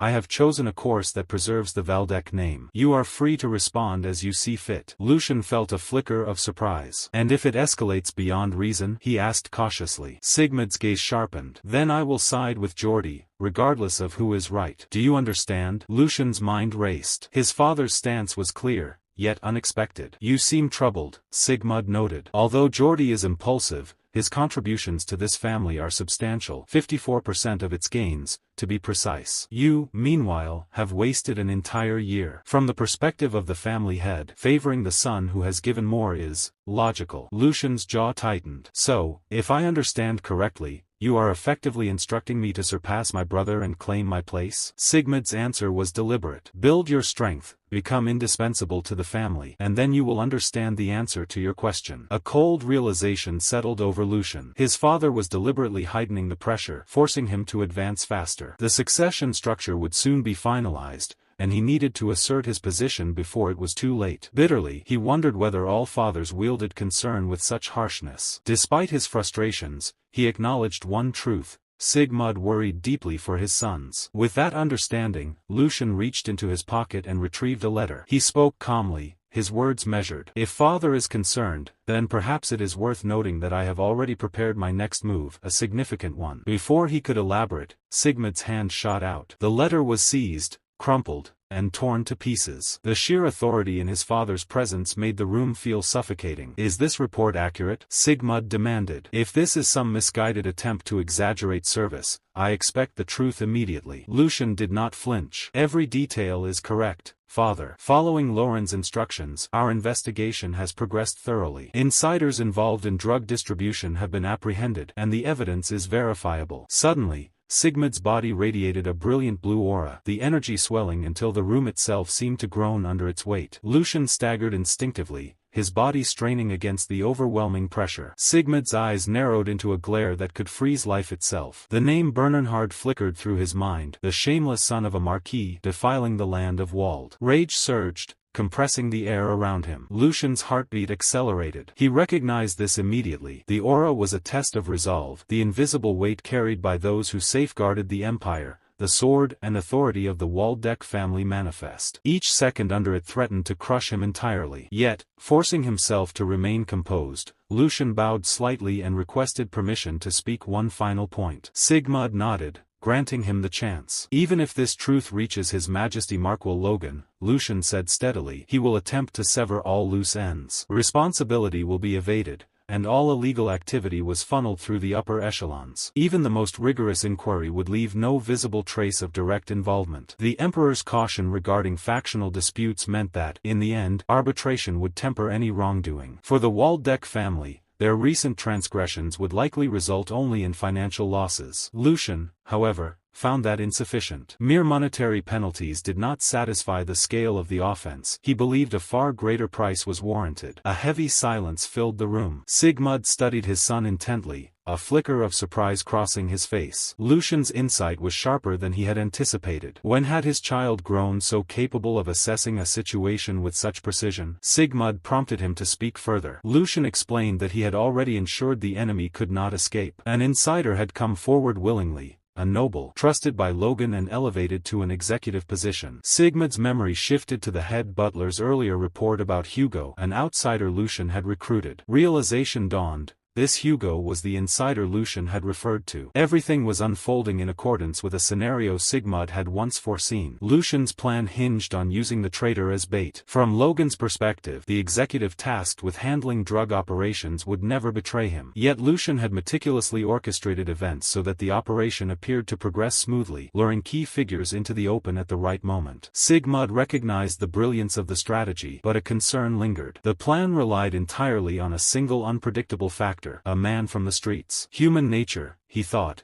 could never be fully controlled. Trusting such a man was inherently risky. One misstep could unravel everything. Lucian remained quiet for a moment before clarifying. He was not relying on the man's loyalty. He was betting on his ambition. Hugo desired greatness, to become a knight and carve his name into history. That dream, Sigmund realized, was a timeless one, something any man could pursue with obsessive dedication. Lucian's faith in that desire mirrored the determination he himself had held in a previous life. Sigmund found the reasoning sentimental yet undeniably sincere. It explained why Lucian would go to such extremes. He considered the consequences if the plan failed. Lucian stated without hesitation that he would bear full responsibility. Any mistake would fall on him alone. He was prepared to pay the ultimate price, even risking title or position. Impressed, Sigmund instructed that once Lucian's body fully recovered, he was to present himself at the training grounds. Lucian acknowledged the order. Uncertain of what else might follow, he listened as Sigmund added another declaration. He would personally instruct Lucian in the Lion's Heart sword. With that, Lucian was officially recognized as a candidate for the next head of the household. Night descended, and Sigmund remained alone in his chamber, the moonlight spilling across the floor. The head butler entered quietly, his voice tinged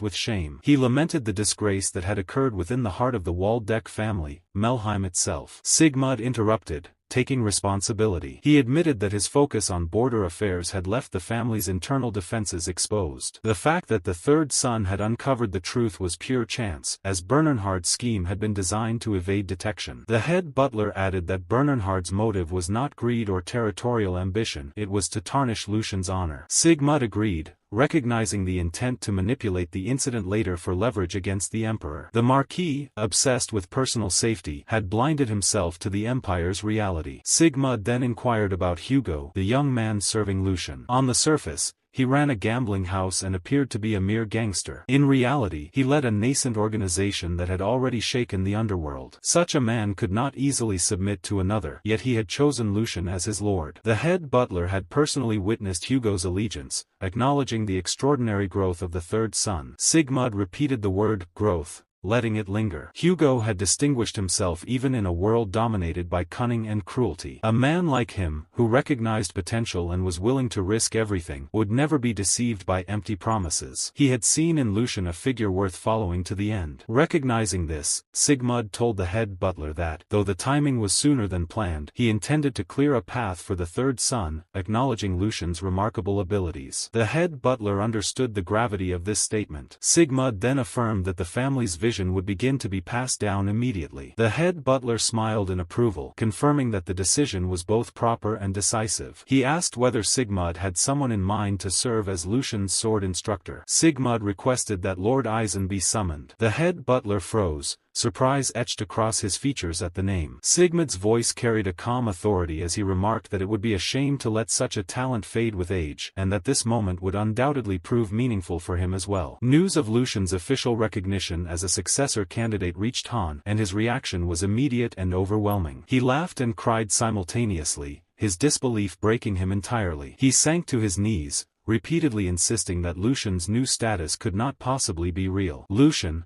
clearly irritated by the display, leaned down and stated firmly that he had confirmed it countless times already. "How many more times do I need to say it before you believe me?" he asked. Seeing the situation spiraling, Lucian turned to Hugo. Do something about him, he said. Hugo stepped forward, lifting Han to his feet with measured strength. Calm yourself, senior, Hugo advised respectfully. Given the young master's abilities, this outcome is natural. And if you aim to serve him as his right hand, it is unwise to let your composure falter. Han froze at those words, the realization settling in. Recognition of his own role washed over him, and a slow, proud smile emerged. He straightened his posture and shook it off with a playful shrug, humor glinting in his eyes. Then, ever self-aware, he downplayed himself. Though I've served the young master the longest, I still have much to learn. With someone like Hugo here, I cannot claim the position alone, he said. Hugo's expression softened into a quiet smile. Always humble, as expected of you, Hans, he remarked. Hans chuckled, teasing Hugo in return. Why do you keep saying that? Are you the junior left hand now, huh, Hugo? Lucian watched the exchange, a faint smile tugging at his lips. Experienced subordinates, he mused, were indeed different. Turning back to Han, his expression shifted to one of seriousness. Hugo's words were not wrong, Lucian said. Before announcing this to the house,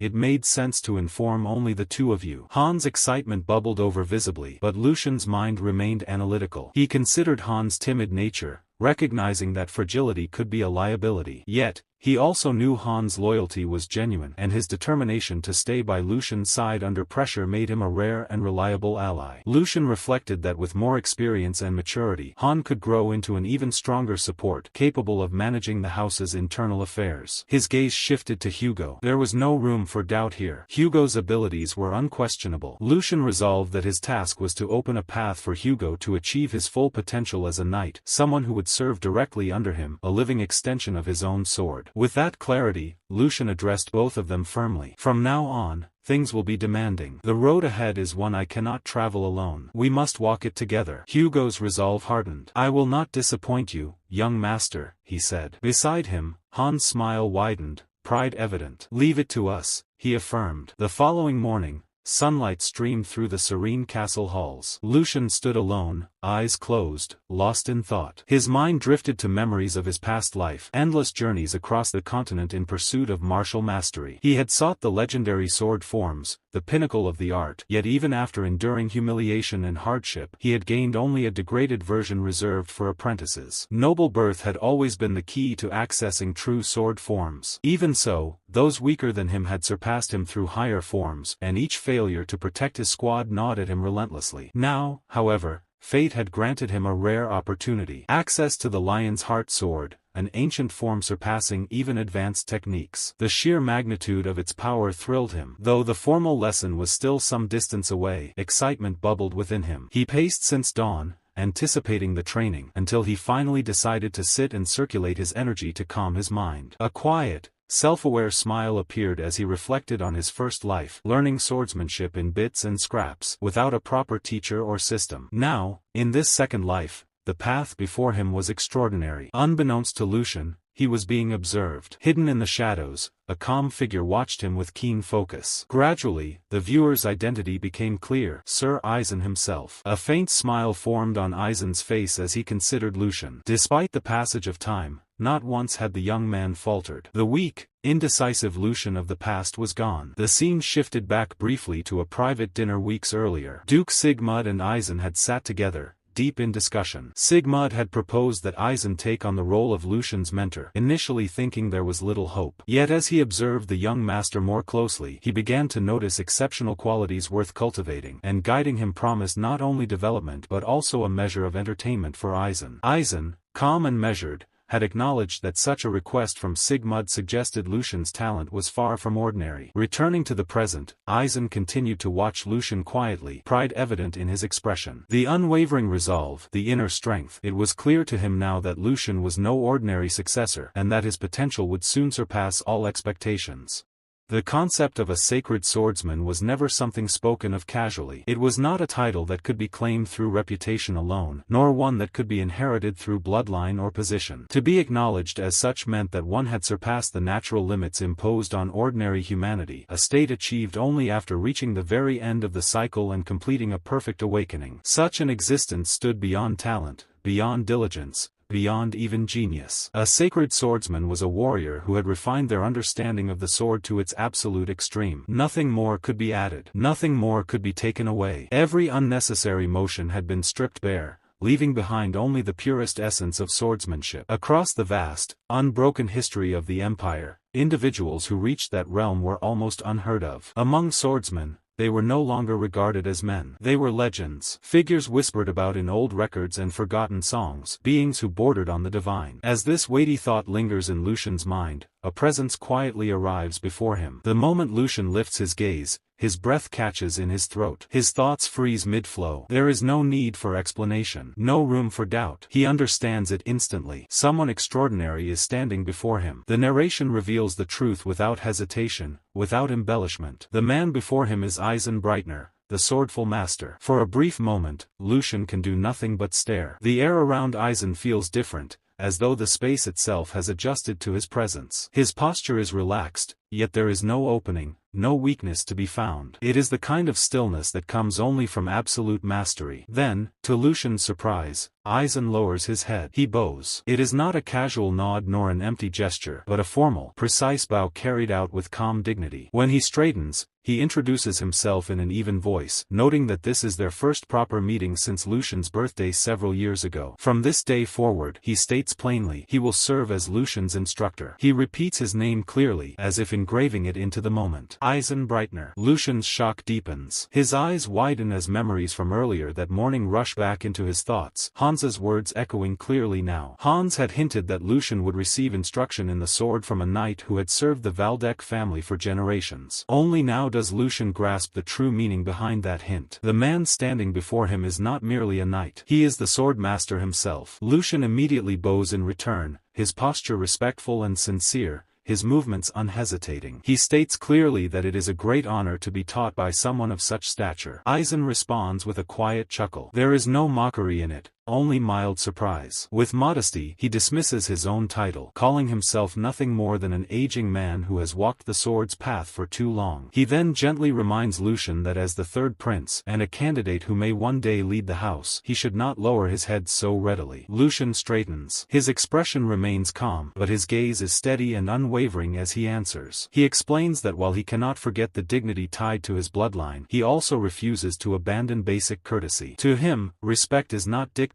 solely by rank or authority, but by merit. Titles may demand obedience, but skill and character demand acknowledgement. As he finishes speaking, Lucian looks at Eisen once more. His expression softens, his eyes clear and sincere, almost pleading. As he waits for the swordmaster's response, Eisen stiffens at Lucian's sudden reply. His brows knit together, and he clears his throat before reminding Lucian sharply to conduct himself with proper decorum. No matter the circumstances, no matter who stands before him, he is still a prince of the empire. Lucian merely answers with a soft smile. He thanks Eisen for the concern, his tone calm and genuine rather than defiant. There is no trace of arrogance or resistance in his words, only quiet acceptance. The reaction unsettles Eisen for a brief moment. He has served many princes before, and none of them reacted quite like this. Suppressing his thoughts, Eisen regains his composure and steers the conversation back to its original purpose. Training, he declares, will begin immediately. Lucian's eyes brighten at once. There is no hesitation, no complaint, only unmistakable excitement. Addressing Eisen formally as the third prince's instructor, Eisen gestures toward the outdoor training grounds and announces the first task: running. Before Eisen can explain further, Lucian shifts into position. His posture lowers, his center of gravity stabilizes, and his muscles tense in preparation. Without a single word, he signals that he is ready to begin. Eisen nearly panics. He rushes forward and urgently tells Lucian to stop. Lucian straightens, confusion flickering across his face as he asks what the problem is. Eisen exhales slowly, forcing himself to calm down before answering. What troubles him, he explains, is not Lucian's eagerness, but his lack of questions. Lucian did not ask why he was told to run, how long the exercise would last, or what meaning it held. Lucian listens quietly. When he answers, his voice is steady and confident. He admits that he is curious, but believes curiosity should come after understanding. If Eisen chose not to explain,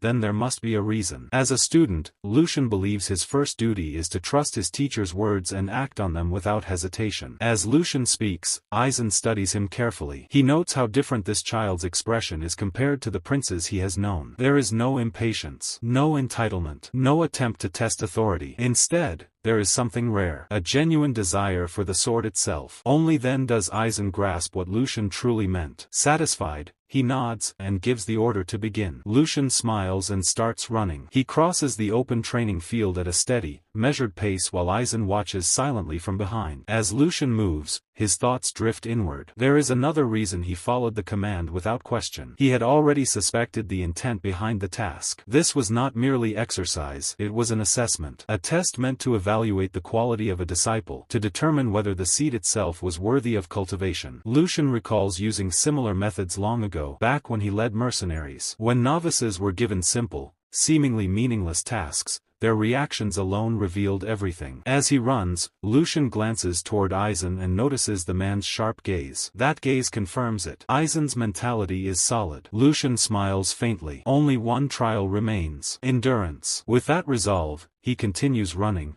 pushing himself without restraint. An hour passes. Then, suddenly, something shifts. Lucian's stride falters for an instant as realization strikes. Something is wrong. He has been running far longer than expected, yet there is no exhaustion, no burning in his muscles, no heaviness in his breath. It makes no sense. Instead of slowing, Lucian accelerates. With each step, his body feels lighter, not heavier. His senses sharpen. His awareness expands, as though a veil has been lifted from his perception. He reflects quickly. The only thing he has consumed for recovery is bottled nectar. Until now, his physical activity has been limited to simple walking. By all logic, this state should be impossible. Behind him, Aizen watches with growing disbelief. He recalls that the run was never meant to test stamina. It was only to gauge Lucian's basic condition. He had expected nothing remarkable. Yet what he sees defies reason. Lucian is not sweating. His breathing remains even and controlled, perfectly still, like the surface of a calm lake. Even seasoned knights who have cultivated mana for years would struggle to maintain such balance. This is not normal. Aizen steps forward, positioning himself directly in Lucian's path. A blue aura rises from his body as he signals for Lucian to stop. Lucian halts abruptly, startled by Aizen's sudden appearance. Confusion flashes across his face as he struggles to understand the interruption. Aizen's tone shifts as he asks about the morning. Specifically, he asks how Lucian calmed his mind, clarifying that what he used was not meditation but a cycle. Lucian nods and explains, referring back to the indoor training hall. He confirms that it was indeed a cycle, adding that nothing is more effective for organizing his thoughts. Aizen's suspicion is confirmed. Suppressing his reaction,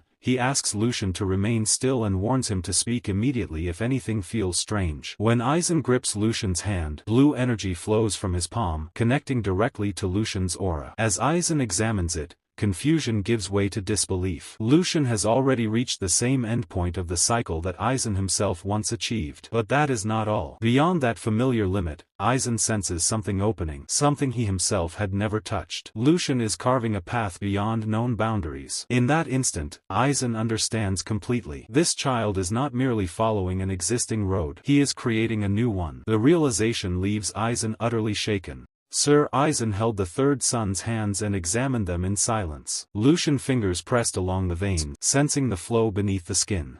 His sharp eyes narrowed. Then he asked, in a low voice, since when this had been the case. The sudden question caught Lucian off guard. Lucian had expected guidance, not doubt. Before he could respond, Sir Aizen asked again, when exactly had he reached the end of circulation? Lucian blinked. The end of circulation? Lucian did not understand. He asked what Sir Aizen meant. In response, Sir Aizen calmly explained that he had just examined his body. The purity of his mana was like fresh snow spread across a winter field, untouched and clean. The inside of his body was shaped in a way that allowed mana to move with perfect efficiency, like a water wheel turning without resistance. This was not normal. It was a level only a small number of martial artists could reach after training their entire lives. Lucian kept his face steady, but inside, his thoughts shifted. He had expected something unusual.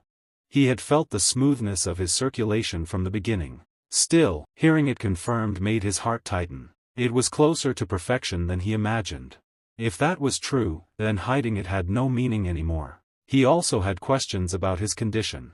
Unless someone stood at the level of a sword saint, no one could truly explain what was happening inside him. He lowered his head slightly and answered honestly. It had been about a month since he began circulation. From the very start, all his mana paths had been open. There had been no struggle. No barriers. No delay. Sir Aizen's eyes widened. Shock flickered across his face. Lucian continued, explaining that he had heard circulation usually brought pain and blockages. Others described burning veins and broken paths. But he had felt none of that. His flow had been smooth, almost natural, as if his body had been waiting for it. Silence followed. Sir Aizen's thoughts moved quickly. Even he had needed decades of training to reach such a stage.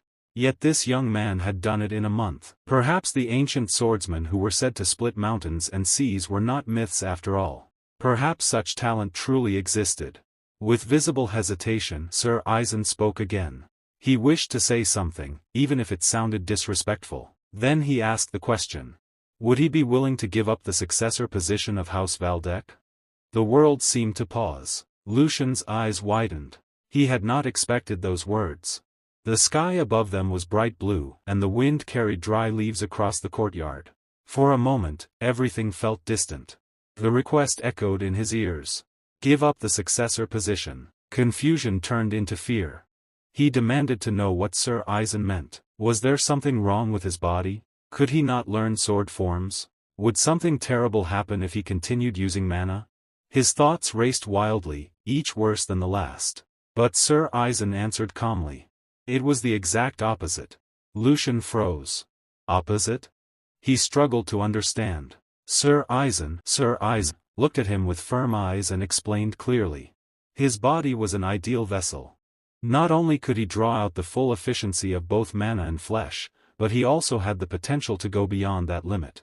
If he chose to focus entirely on the sword, becoming the next sword saint would not be difficult for him. The word struck like lightning. A sword saint. Lucian stared at his own hands. Could he truly step into that realm? He had known this body was extraordinary. From the beginning he had sensed its strength and balance. But this was far beyond what he expected. He had been fortunate enough to learn the ancient sword form known as Lionheart Sword. With it, he believed he had gained a path toward the stage he once longed for in his previous life. That alone had felt like a miracle. But now he was being told that he could reach even higher. Not just mastery, but the pinnacle of the sword itself. The path to the sword would demand everything. Talent alone would not be enough. It would require focus without distraction. Lucian looked at the old swordsman with steady eyes and asked quietly if the reason he had been told to choose was because he could not walk both paths at once, the path of successor and the path of a sword saint. Sir Aizen nodded without hesitation. That was correct. To be precise, it was because he did not have enough time left. Though circulation allowed him to stand and move even at nearly 100 years of age, he could no longer ignore the slow decay of his body. Strength remained, but time did not. If he wished to pass down everything he possessed while still alive, the schedule would already be tight even if the third son focused only on the sword. Lucian's eyes widened slightly. 8 years. If his memory was right, that was how long the sword saint had left before death claimed him. The truth settled heavily in his chest.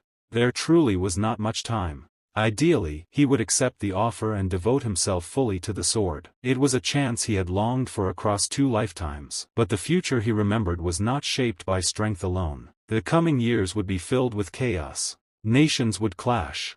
Alliances would break. Power would shift like sand. Those who survived were not simply the strongest. They were those who held legitimacy, those with names, positions, and authority that others could rally behind. Martial might could win battles, but it could not control the storm by itself. This was the moment he had once dreamed of. To chase the peak of the sword without restraint. To stand at the summit. Yet dreams were not the only things that mattered. He lowered his head respectfully and apologized to Sir Aizen. He wished to remain a Valdek to the end. The offer was greater than his station and he was deeply grateful. But he could not accept it. His voice was calm, though something tightened inside him as he spoke. Sir Aizen looked at him for a long moment. Then he sighed softly and said it was he who should feel ashamed. What had he done in his youth that he now grew greedy in old age? Through the third son, it seemed he had wanted to leave something of himself behind in this world. Some proof that his sword had not vanished with time. Lucian said nothing at first. The weight of Sir Eisen's regret lingered in the air. Then he carefully asked a question. If, by any chance, there were another talented individual besides him, what would Sir Eisen do? The scene shifted far from the quiet courtyard. Under a bright sun, near a wide farmhouse field, a young noble rode a horse at full speed. The animal leaped over low fences and dodged scattered obstacles. Dust rose behind them. The rider's posture was confident, sharp, controlled. Behind him, a heavy-set butler struggled to keep up, shouting as he ran. News about the third son had been confirmed. The rider pulled sharply on the reins, stopping the horse. He turned, disbelief clear on his face. So the ridiculous rumors were true. The fool had been recognized as a new successor candidate. This young noble was Joshua Valdek, the fourth son of House Valdek. He stepped down from the horse and wiped the sweat from his face with a towel. The butler, catching his breath, explained that it was exactly as the rumors claimed. The Archduke had officially included the third son in the line of succession. Not only that, he was under the direct guidance of Sir Eisen and had begun formal swordsmanship training. Joshua's expression darkened. From beginning to end, Lucian had been a stumbling block. It was already difficult to build a support base while being overshadowed by two older brothers. Every ally had to be earned carefully. Every neutral faction required persuasion. Now there was another option for them to consider. His anger flared. He threw the towel aside in frustration. Could Lucian not simply remain hidden in the corner of his room as before? Would it truly have killed him to stay useless and quiet? The butler nervously urged him to mind his words. That only made Joshua angrier. How could he possibly remain calm? What if the fragile loyalty he had barely gathered began to waver? Political support was like glass. Once cracked, it could never fully return to its original state. Even calling Lucian brother made his blood boil. They were only months apart in age, yet now that insignificant difference carried weight. Joshua forced himself to breathe. Rage alone would solve nothing. He bit lightly on his nail, thinking. He could not sit still. There had to be a way. Then an idea formed. His eyes sharpened. Since Lucian had begun learning the sword, he would soon need a sparring partner. That was only natural. Joshua turned to the butler and ordered him to prepare 2 sharp swords. Not wooden practice blades, but real weapons, live steel meant for true combat. The butler froze in shock. Joshua's lips curved into a thin, controlled smile. He only needed to teach his dear brother one simple lesson. Nothing had changed. Lucian regarded him steadily and asked a quiet question. What if another true prodigy emerged beside him? It might take time to locate such a person, yet that individual would be capable of compensating for delays. Someone destined to carve a mark even on a sword saint a century from now. The sword saint offered a faint smile at those words. His tone softened, carrying both weariness and sincerity. He replied that the young master's concern felt like a heavy responsibility placed upon his shoulders. Still, he expressed gratitude for being thought of so highly. He urged Lucian not to burden himself with matters that might not even come to pass, thanking him politely for the trust. Lucian answered calmly, though inside his thoughts moved in deeper layers. As expected, the elder likely saw such hopes as unrealistic. Even renowned warriors would hesitate to believe a young aspirant who had barely begun training. It was natural for skepticism to arise when someone so new declared they would present a disciple worthy of standing beside greatness. Yet Lucian remained confident. If he was recognized as a vessel chosen by heaven for the blade, then surely somewhere in the world existed another soul destined for the same path. A talent shaped by fate. Someone who could rise beyond weakness and transform into pure sword intent. Though his current body was fragile and his technique still unrefined, Lucian believed that one day that figure would become a force like a storm sweeping across battlefields. Sword Demon Felix. He silently resolved that this man would inherit everything the Sword Saint had cultivated and become his most reliable companion. Time shifted. Lucian and Issen arrived at the training grounds. The atmosphere felt calm on the surface but carried an undercurrent of expectation. Issen spoke in a composed instructional voice, setting the foundation for the session. Before diving into styles, he suggested first assessing progress. He directed Lucian toward the wooden training dummy and gave clear instructions: perform vertical, horizontal, and diagonal cuts. If he had truly practiced energy circulation, he should be able to guide mana through the blade with control. Every detail was explained carefully. After a brief pause, Isin added one final command: demonstrate a strike infused with mana. Lucian reflected for a moment. This was the first time he had wielded a sword using this body. He needed precision. His strength had to align with the limits of his current form. He had studied technique before, so he steadied his breathing and adjusted his stance. His grip tightened around the hilt. With focus, he executed a clean vertical slash. The dummy trembled under the impact. Without hesitation, he followed with a smooth horizontal cut, then transitioned into a sharp diagonal strike. Each motion flowed more naturally than the previous one. Satisfied, he drew in a slow breath and concentrated. Mana gathered along the blade, circulating from his core into the steel. A faint brilliance ignited not only on the sword but also flickered within his gaze, as if power itself was awakening behind his eyes. In the next instant, he stepped forward and released the infused attack. The blade tore through the air with overwhelming force. The wooden training dummy could not withstand it. It shattered violently before collapsing to the ground. Lucian observed the fallen remains and allowed a small smile to form. For a first attempt in this body, the outcome felt acceptable. He considered quietly, perhaps his control was slightly lacking, but for a beginner, it might not have been poor. Still, he wondered whether Isin expected something beyond what he had shown. A faint doubt lingered. From a short distance away, Isin watched him carefully. His expression remained composed, his eyes measuring more than just form and strength. Assessing potential, adaptability, and hidden depth. After a brief silence, he finally spoke.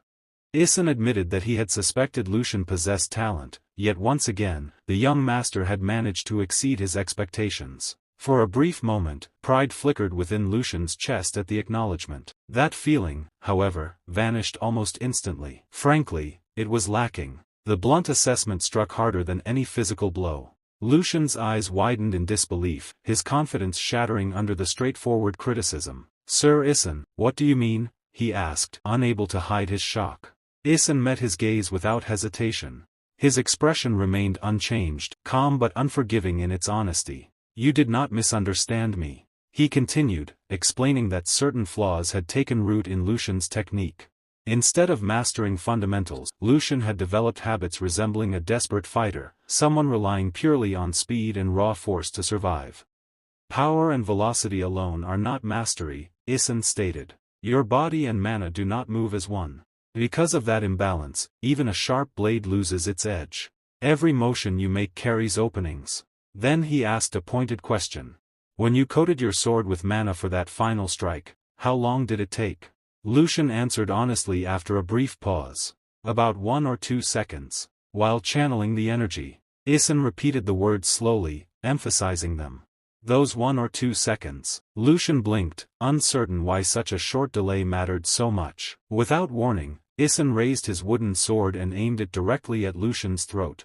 The movement was precise and deliberate, a silent demonstration of consequence. The tip hovered steadily against his skin. "That amount of time," Isin said calmly, "is enough for an enemy to end your life." His tone was not loud or angry.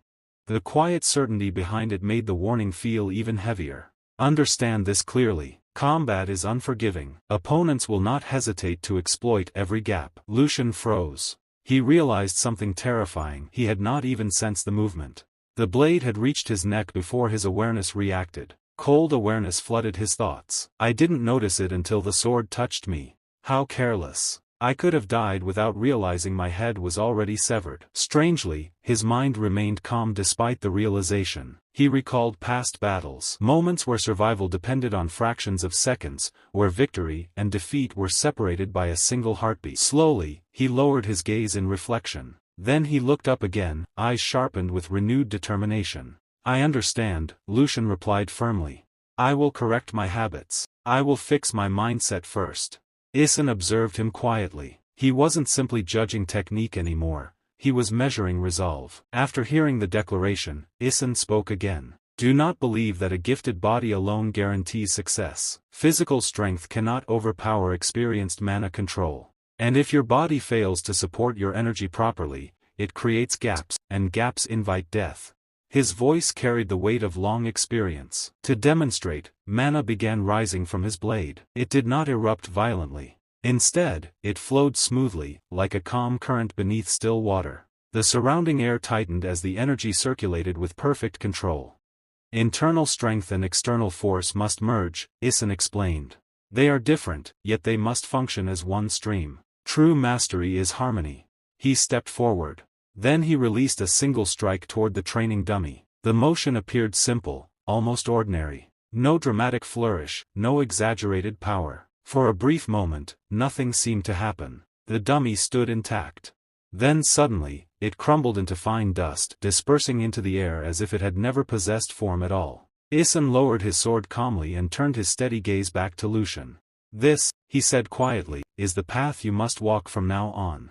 The training ground falls into a tense silence as guards and attendants watch closely, sensing that the situation has become more serious than ordinary training. Isen questions the fourth young master, Joshua, about why he wants the third young master involved in a spar. Joshua politely explains that certain training methods require sparring to practice mana control and offers himself as the opponent. Speaking respectfully, he claims that recent circumstances have prevented him from interacting much with his brothers, and that sparring could help them grow closer while improving their abilities. Although he admits that his request might seem rude, he insists it comes from sincere intentions and asks for permission. Lucian listens quietly without reacting, but internally he finds the explanation amusing. To him, the noble reasoning sounds like a carefully crafted excuse. His eyes move toward Joshua's side where a real sword, wrapped in cloth, is clearly visible. The sight immediately reveals the true intention behind the challenge. Joshua has brought an actual blade to spar with a brother who has barely received a week of proper training. The plan appears obvious: publicly defeat the supposedly weak older brother and strengthen his own position within the family hierarchy. Lucian calmly studies Joshua's smiling face and considers the situation. Since the challenge has been presented as help for training, refusing it could create unnecessary complications. If the supervising sword saint acknowledges the match,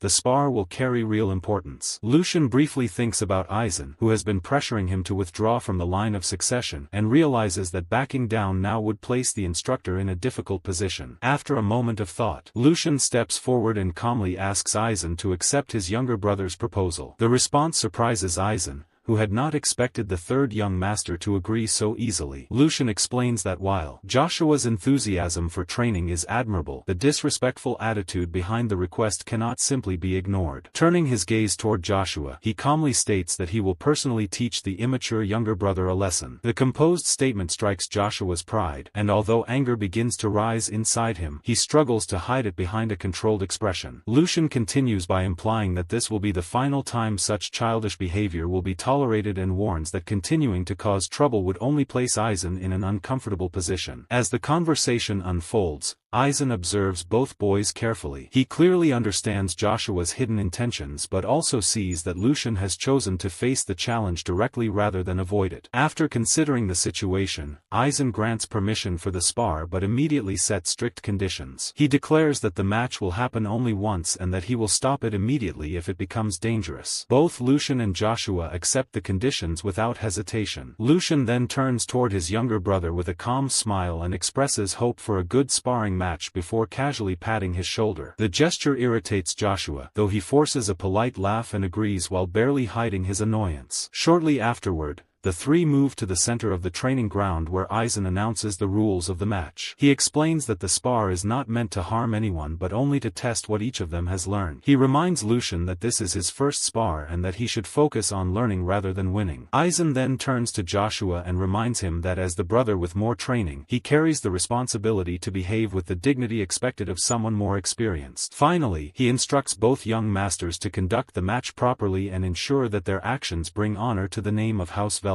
The duel begins the moment both brothers draw their blades, the sharp rasp of steel signaling a shift in the atmosphere of the training ground. Joshua Veldic watches his older brother, Lucian, with a gaze fueled by deep-seated resentment and a simmering frustration that has been boiling within him for some time. To Joshua, the title of youngest is a repetitive insult that grinds against his pride, and he cannot comprehend why Lucian has suddenly begun to adopt the persona of a responsible elder sibling. He views their difference in status as a mere accident accident of birth order rather than a reflection of true capability, and he grips his sword until his knuckles turn white, silently vowing that this spar will strip Lucian of his newfound confidence. As Joshua's expression twists into something almost unrecognizable with rage, he convinces himself that the hierarchy of House Veldic will be rewritten by the end of the day. Across from him, Lucian remains remarkably composed, noting that even against a mortal enemy, he has rarely seen a face as distorted by malice as his brother's. Feeling the familiar, cold weight of the sword, a sensation he has not truly embraced in 2 months, Lucian finds himself drifting toward memories of his previous life. He recalls a time when he would have utilized any underhanded tactic to secure a victory, yet he finds a faint smile touching his lips as he realizes he no longer stands as that desperate man, but as the third young master of a noble house. Aware of the watchful and discerning eyes of the Sword Saint, Sir Eisen, Lucian reminds himself to exercise extreme caution, knowing that any slip into the advanced sword forms of his past life would immediately betray his secrets. He initially intends to treat Joshua with the leniency afforded to a misguided child, but his patience evaporates when Joshua begins to lob arrogant taunts across the arena. Joshua mockingly suggests that Lucian's confidence has vanished now that real steel is involved, even going so far as to offer a switch to wooden swords to spare Lucian from the accidents that happened during live blade sparring. This condescension backfires,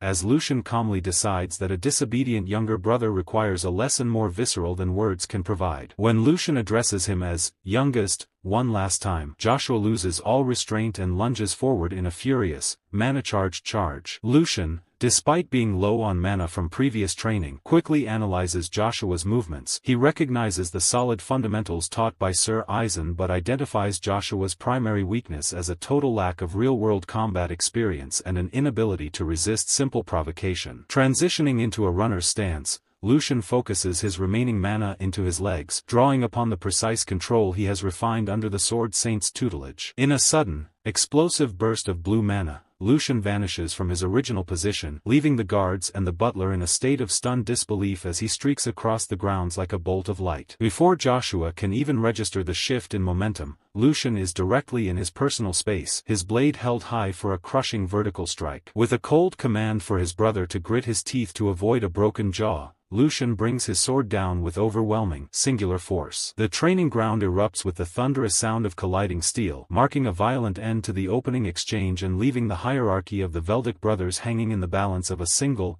powerful blow. A sharp whistle of wind cuts through the training grounds as the two brothers lock blades in a test of strength. Lucian stands with unwavering posture, his voice steady as he commands his younger brother to listen. He imparts a lesson on the nature of a true man, his golden eyes fixed on his opponent. A man of worth does not bend his knees so easily. Joshua's boots scrape against the stone as he struggles against the pressure of Lucian's sword. He snarls for Lucian to shut his damn mouth, his face twisting with a sudden surge of rage. With a burst of strength, he forces a separation, the sound of clashing steel ringing out across the courtyard. Joshua stands panting, his lungs burning from the exertion of the exchange. He convinces himself that the previous strike was nothing more than a moment of pure luck. He shouts that such fortune will not save Lucian again, his eyes burning with a desperate intensity as he prepares to lunge forward once more. The air hisses as Joshua closes the distance with a rapid strike. He moves with a frantic energy, his face lit by a manic grin. Lucian remains a pillar of focus, his eyes tracking the trajectory of the incoming blade with a calm that borders on the unnatural. Sparks fly as the blades collide in a rapid sequence of strikes. Each impact sends a jolt through the air, the sound of metal on metal becoming a constant rhythm. Joshua pushes forward with everything he has, his movements becoming a blur of aggression. Sir Eisen and Hans watch the duel from a distance, the butler's face etched with worry as he wipes sweat from his brow. Hans suggests that the spar has become far too intense and asks if they should stop it before someone is injured. He notes that Joshua has always viewed Lucian as a rival, a feeling fueled by the constant comparisons drawn between them due to their similar ages. This long-standing resentment has finally reached a breaking point. Hans fears that someone will inevitably get hurt because Joshua refuses to listen to reason. Sir Eisen remains stoic, dismissing the butler's concerns as unfounded. He acknowledges that while the fourth young master is impulsive, he is not foolish enough to forget his place. To the veteran knight, this is simply a crude and immature display of emotion. Sir Eisen warns that the butler should be worried about the exact opposite outcome. He observes that the logic of the fight is flawed when considering the disparity in their skills. Lucian was born with incredible physical potential but lacks the experience to utilize it properly. Joshua, on the other hand,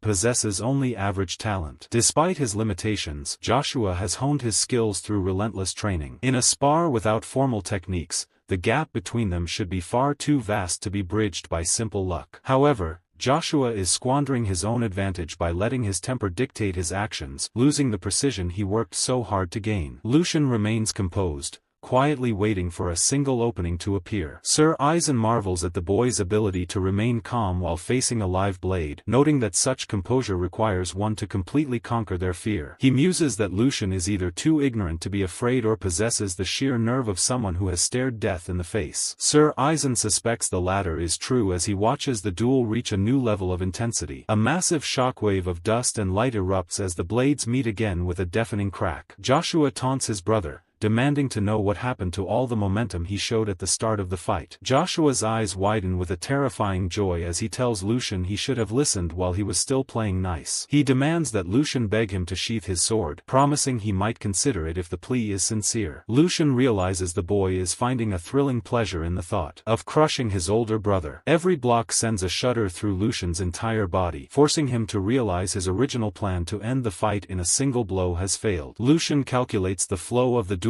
with cold precision. No enemy proves easier to defeat than one who succumbed to a simple provocation. He acknowledges a slight miscalculation, noting that Joshua is performing better than anticipated. With his mana reserves nearly depleted, delivering a decisive blow in a single strike is impossible, and he lacks the energy required to reinforce his own physical form. He reaches a turning point, his eyes fixed on the banner of Manhwa marking the arena. Determination flares as he decides to stake everything on the coming collision. Steel meets steel with a sharp, ringing resonance that vibrates through the courtyard. Joshua feels the sudden, crushing weight of Lucian's blade pressing against his own. Confusion flickers across his face, questioning how his opponent could possibly possess such strength at this stage. One look at Lucian's strained expression confirms the truth. Such energy should be impossible to maintain. Joshua concludes this is merely a final, desperate struggle, a last gasp of effort from a dying flame. A predatory expression takes hold of him as he prepares to finish the fight. He bellows his intent to end this spar immediately. Raising his weapon high, he prepares to bring the full weight of his strength down upon his opponent. Lucian's eyes track the movement with lethal precision. He shifts his weight,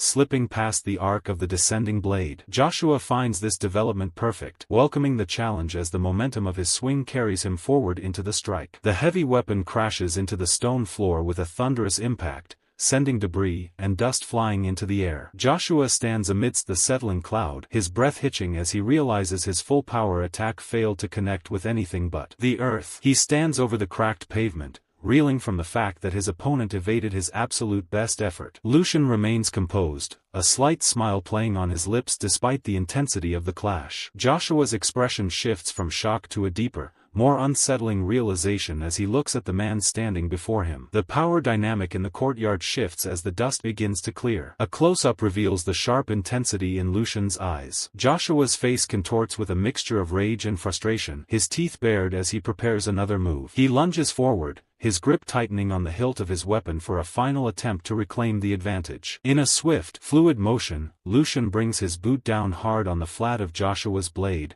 pinning it firmly to the earth. Joshua is frozen in place, his momentum completely halted by the sudden counter. He looks up, trapped by the superior positioning of his opponent. Looking up from his knees, Joshua appears small against the looming figure of his brother. Lucian raises his sword high toward the sky, the polished steel catching the brilliant light of the sun. A final, thunderous impact shakes the courtyard as the duel reaches its inevitable conclusion beneath the open heavens. News of the duel rippled through the family estate almost instantly. Inside the mansion, groups of servants huddled together, whispering urgently about the latest developments. One servant sought confirmation of the rumors, while another expressed deep confusion, questioning how young Master Lucian, who had only recently begun his sword training, could possibly have overwhelmed young Master Joshua. The first servant clarified that while the news seemed improbable, the match had been officially supervised by the Sword Saint himself, lending the claims undeniable weight. Nearby, maids gossiped as they worked, mocking how the fourth young master had entered the arena brimming with confidence only to depart in a state of total misery. They laughed softly among themselves, noting that the story was almost too comical to believe. This rapid and exaggerated spread of information was no accident. It was the work of Yuko, who had been strategically moving through the estate to share specific details at the perfect moments. When Angus approached him, Yuko treated the information as a dangerous secret. He suggested that since the story was already public, he might as well explain the true gravity of the situation, though he cautioned that the details remained strictly confidential. This tactic only emboldened Angus, who began describing the duel with even more fervor. He claimed that Lucian had completely dominated the fight and effortlessly disarmed Joshua, leaving every witness in a state of absolute shock. Meanwhile, Lucian stood by his window, humming quietly as he observed the mansion. He felt a sense of satisfaction, noting that it was a perfect day for such rumors to take root. His thoughts drifted back to the duel, specifically to the moment Joshua had looked up with terror in his eyes. When Joshua had desperately tried to claim they were brothers to avoid the final blow,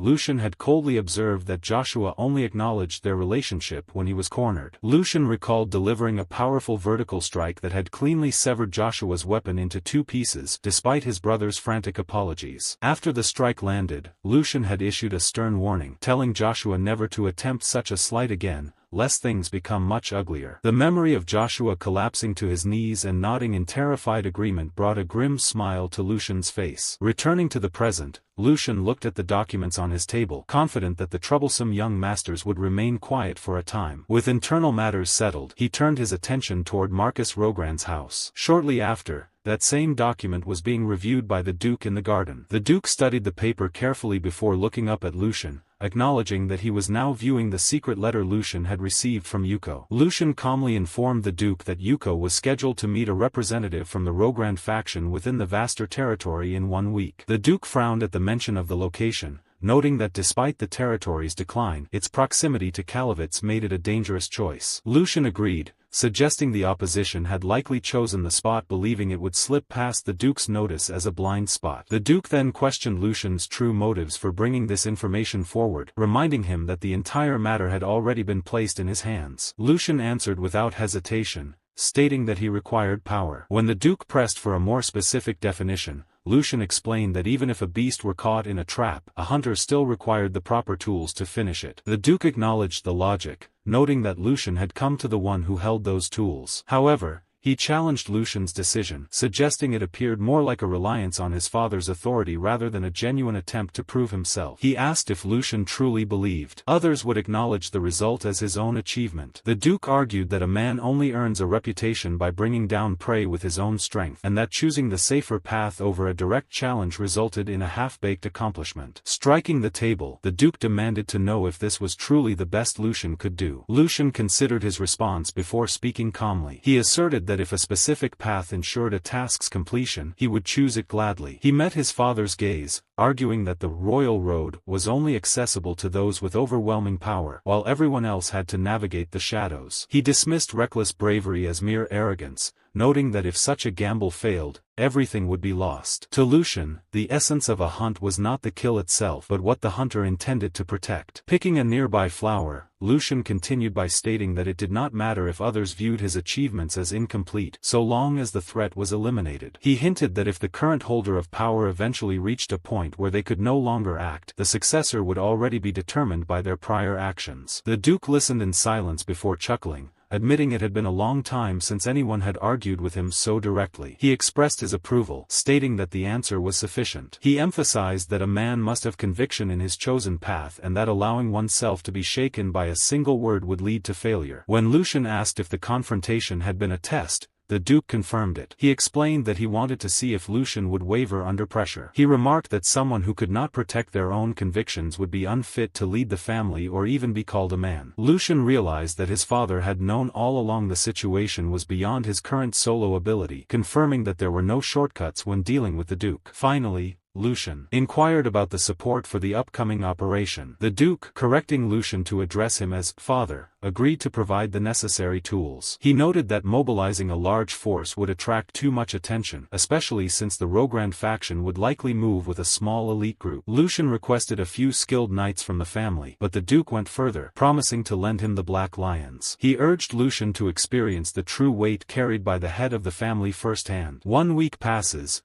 bringing the journey to the city of Vestra. Gray clouds hang over a landscape of decay where the city lies in a state of total disarray. It is a mess, far worse than the report suggested, with the streets devoid of any living soul. Despite its proximity to Kelheim, the lack of resources and the loss of its status as a transit hub have left it abandoned. Now, only vagrants drift through the ruins. This isolation serves a purpose, providing the perfect shroud for the manufacturing plant. Footsteps crunch against the debris as the figures move through the wreckage. Walking through the shadows of the broken buildings, Hugo questions how the young master knew his secret plans in such intricate detail. Even Senior Hans appeared to be completely in the dark regarding the matter. A small smirk plays on Lucian's lips as he dismisses the inquiry for now. He promises to reveal the truth gradually, urging Hugo to keep his focus entirely on the prey they are hunting. Lucian demands confirmation that the trap is properly prepared. Hugo assures him that every detail inside the plant aligns perfectly with the report sent to their targets. The assortment is ready, and the specific goods mentioned by the young master are in place. Only the arrival of reinforcements remains to ensure the enemy is subdued. Sensing a shift in the air, Lucian asks if Hugo is troubled by the fact that they required his father's assistance for this operation. Stuttering slightly, Hugo denies any resentment toward the help. He understands the gravity of the situation and knows there is absolutely no room for failure. Instead, a sense of regret weighs on him due to his own perceived powerlessness. He laments that if he possessed the strength to resolve this alone, he could have ensured the entire achievement belonged solely to the young master. Lucian places a hand on his shoulder as they walk past the timbered houses. Lucian acknowledges Hugo's feelings with a calm look. He compares their current situation to a boat that has only just begun rowing, warning that they must not lose their way by succumbing to impatience. Looking at the man beside him, Lucian notes that Hugo has only just turned 30 and possesses a long future ahead of him. The metaphor of the lone rower in the mist emphasizes the journey they have undertaken together. The serious atmosphere breaks as Hugo reveals he is actually only 23 years old. He points out that 30 is still a distant milestone and the age gap between them is not as significant as Lucian believes. Stunned, Lucian can only offer a confused response while a crow caws in the distance. He tries to correct himself, noting Hugo has only just turned 20, but Hugo pleads for him to stop, claiming the correction only makes him feel more miserable. Shaking off the awkwardness,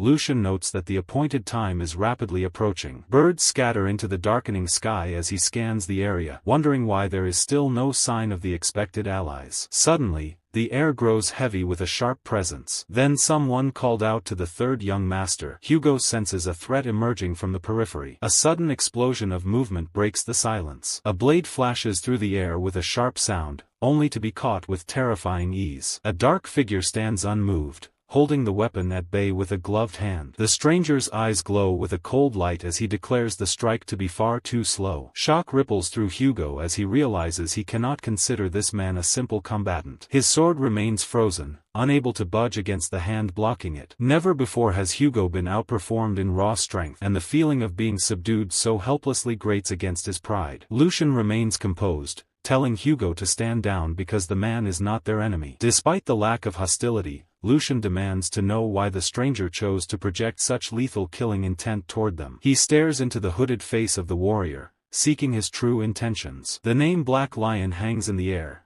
a title belonging to the man standing before them in the dim light of the ruined city. Hugo's eyes widen as the realization hits him. He asks if the reinforcements the young master spoke of are truly the legendary Black Lion. The name carries a weight that seems to darken the very atmosphere of the street. A caption confirms the identity of the elite force now standing in their presence. These warriors operate in the deepest shadows, handling the secret affairs of the Valdec family. They are the strongest hidden blades, a force that only the family head has the authority to mobilize. Lucian confirms Hugo's suspicion, identifying the hunters assigned to support their mission. They are the Black Lion, appearing as formidable silhouettes against the backdrop of Vestra. The lead warrior offers a formal greeting to the third young master. The leader stated that what he had just done was merely a small test to measure the reflexes of Lucian's personal guard, adding that the Black Guard harbored no ill will whatsoever. Hearing this, Lucian reflected that even in his previous life their existence had been so shrouded in secrecy that he had doubted they were real, and with a darkened expression he realized that the terrifying rumors surrounding them, once dismissed as ghost stories, had not been exaggerated at all, as he had been unable to sense their approach despite being on high alert, and even standing right before him they concealed their presence so perfectly that he could not read them, each one truly a terrifying monster. Yet a faint smile formed on his face as he inwardly acknowledged how incredible this was and how extraordinary mercenary the support he had been given truly was. The scene then shifted to a large 3-story half-timbered building with a black roof standing amid shattered concrete and debris. Shadows cling to the corners of the room as Lucian addresses his gathered forces. He believed everyone had already been fully briefed on the details of the mission, that he reveals that House Logran took the bait and is personally making their way to this location. Because of this, he explains there is only one thing they need to do. He commands them to capture the one in charge of this operation alive. As for the rest of the opposition, he grants permission to eliminate everyone else. A cold weight settles over the room as he states that since they crossed the line, there is no reason to show them any leniency. He leaves the remaining details to their discretion. The scarred commander observes Lucian, his mind racing with new assessments. He originally thought His Grace the Archduke sent them simply to hand an achievement to the third young master, but it seems that wasn't the only goal. He notes that Lucian did not lose his dignity as the third young master even in an unexpected situation. Furthermore, the young master showed the prudence to gauge their combat power and prepare for any contingencies. A sense of change permeates the air as the commander realizes perhaps a new wind is about to blow. A sharp, rhythmic snap of boots hitting the floor signals their readiness. Bowing deeply, the unit declares they will follow his orders. They stand as a unified front, ready to execute the plan as the light of day begins to fade. The sunset casts long, orange streaks across the town as a carriage creaks and rattles along the path. Inside the ornate cabin, a young man sighs in frustration, declaring it was a disgustingly boring journey. He complains that if it weren't for his father's orders, he would never have stepped foot in a place this far out in the sticks. The sound of the horse's steady pace provides the only rhythm to his discontent. Stepping out into the open, the young man expresses his intent to finish this quickly and return to the main estate. He grips a white cloth, pressing it to his face as he remarks that even the air here is unpleasant. His brow furrows with irritation, his every gesture dripping with disdain for the rural environment. This arrival marks the entrance of Philip Logran,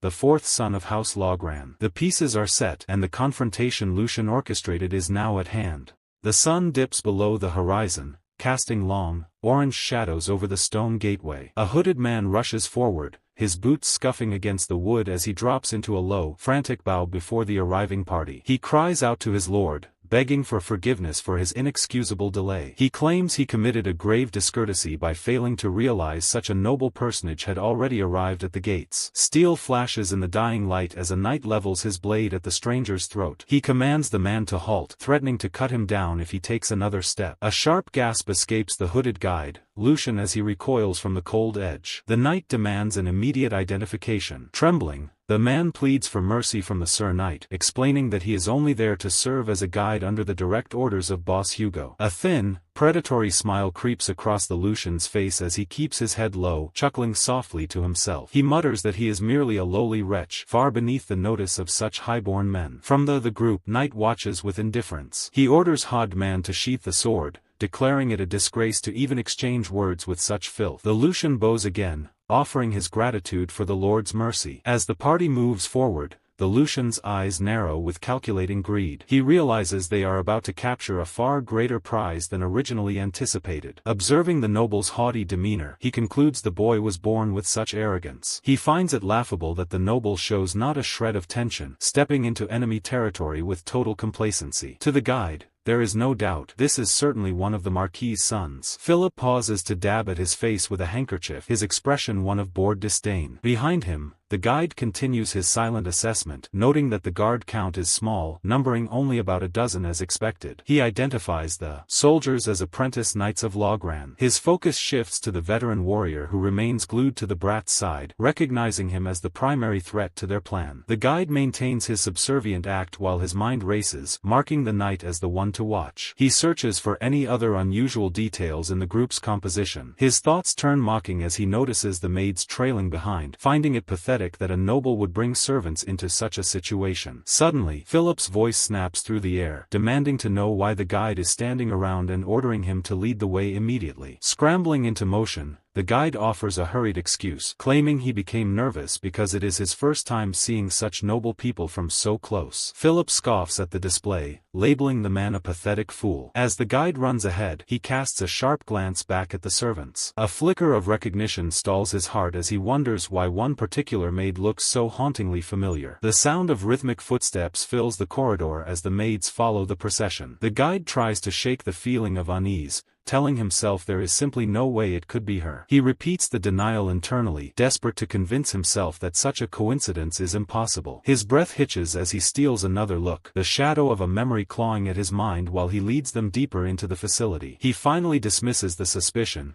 rationalizing that the servant probably just happens to look like that person from his past. The heavy wooden doors of the destination creak open, revealing a dim interior filled with stacked crates and looming shadows. The trap is set, and the noble third son walks blindly into the dark, unaware of the eyes watching him from the gloom. Philip Logran enters the building, noting that the place is even more wretched on the inside. He complains that the stench is piercing his nose. Suspicion clouds his mind as he wonders if that commoner Hugo embezzled the funds provided by his house. A shadow emerges from the gloom. Hugo, the man in charge, steps forward with a confident stride. He remarks that the exterior is only to deceive others, asking if it isn't what is inside that counts. When Philip demands to know who he is, the man offers his greetings, identifying himself as Hugo, the man in charge. Hugo explains that the item requires such careful handling that their preparations were slightly delayed. Philip notes that since Hugo has shown his face, he takes it the man hasn't tried anything foolish. A laugh escapes Hugo as he asks if he would really cast off the Logran leash just to pocket some spare change. The air grows heavy with unspoken threats. Hugo notes that Philip must have been incredibly curious to grace them with his presence despite the tedious reports. He speaks of the existence of the item that will rot Rotkelheim to its core. A dark grin spreads across Hugo's face. He promises to let Philip see the object immediately. Tension coils in the room like a predator ready to strike. Standing nearby, Lucian Valdek watches the exchange. He silently commends Hugo's guts, noting how the man spouts lies so calmly without a tremor in his voice. Philip snaps, calling Hugo an insolent hound. He warns that if the results are unsatisfactory, Hugo had best be prepared for the consequences. Turning his disdain toward Lucian, Philip orders the commoner to go get the item from his master. Lucian responds with a sharp affirmation. He moves toward Hugo, requesting that the boss take out the item they prepared. The plan set in motion begins to turn. Reaching into his cloak, Hugo confirms he has the item right there. He commands the youth to move swiftly and accurately. A crystalline vial, pulsing with a sharp blue radiance, appears in his hand. Lucian seizes the vial and launches himself into the air. His silhouette cuts through the dim light of the warehouse as he prepares to strike. A roar erupts from Lucian as he vows to make sure the item is delivered. Philip's face contorts in sudden terror. He snarls,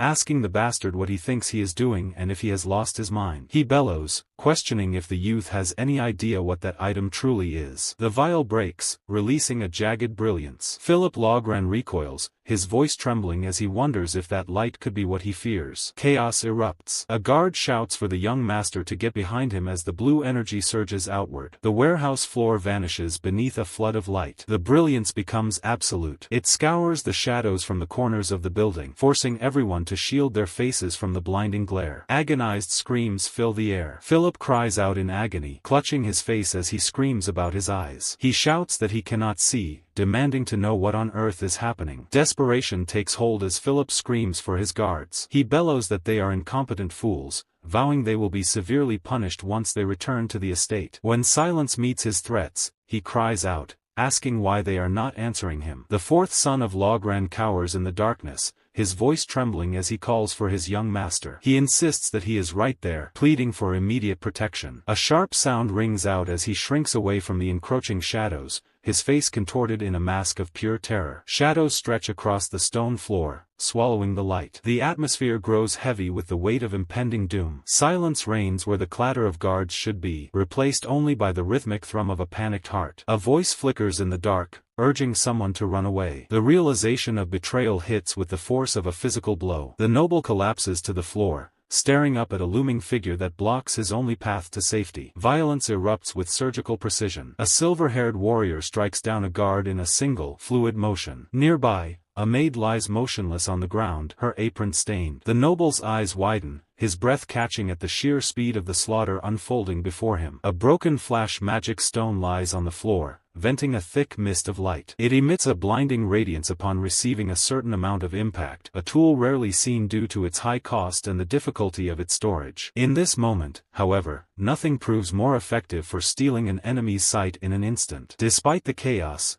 the efficiency of the attack is terrifying. To take out all of the Marquis's guards in such a fleeting moment seems a feat beyond mortal skill. A lone swordsman stands amidst the carnage, declaring with cold finality that all threats have been neutralized, his presence commanding the room. He announces his intent to escort the women and the man in charge to Kelheim. Lucian stands nearby, silent and observant of the surrounding ruin. Memories of his older man surface, speaking of the weight of the seat one occupies and the necessity to bear that burden alone. The noble starts to understand the gravity of the trap he has fallen into. Philip again fall and Cree started to screams at the approaching figures to stay back, his voice cracking with a desperate, feudal authority. Desperate to regain any shred of control, he demands to know if they have any idea who he is. He identifies himself as the fourth son of Logran, a noble who should be beyond their reach. His captor remains unmoved, stating that his fate will now be decided by His Highness, Grand Duke Valdec. The silver-haired warrior commands him to submit to his arrest quietly. The mention of House Valdec sends a new wave of horror through Philip, his skin turning pale. He realizes with a jolt that the person disguised as a commoner among them is someone of far greater importance than he ever imagined. The thought of a son of House Valdec being present makes capture an unthinkable outcome. He turns to the remaining staff in a frenzy, demanding to know what they are all doing. He bellows for the guards outside to protect him at once, unaware that no one is coming to his aid. Philip wonders if everyone outside is truly dead as well. Lucian in Thite assures him that it is over and no more threats remain. Suddenly, a name is shouted with startling intensity: Felicia. Lucian's eyes sharpen, reacting to the sudden shift in the room's power. Permission is granted by Philip for the sword to be taken up, a task the speaker believes can be handled. Lucian watched the scene. The sight is impossible. The maid stands with the same face and a similar name to a figure of legend, her very aura shifting the instant her hand grips the weapon on the floor. His mind driven to past is that sword demon Felix, he asked himself.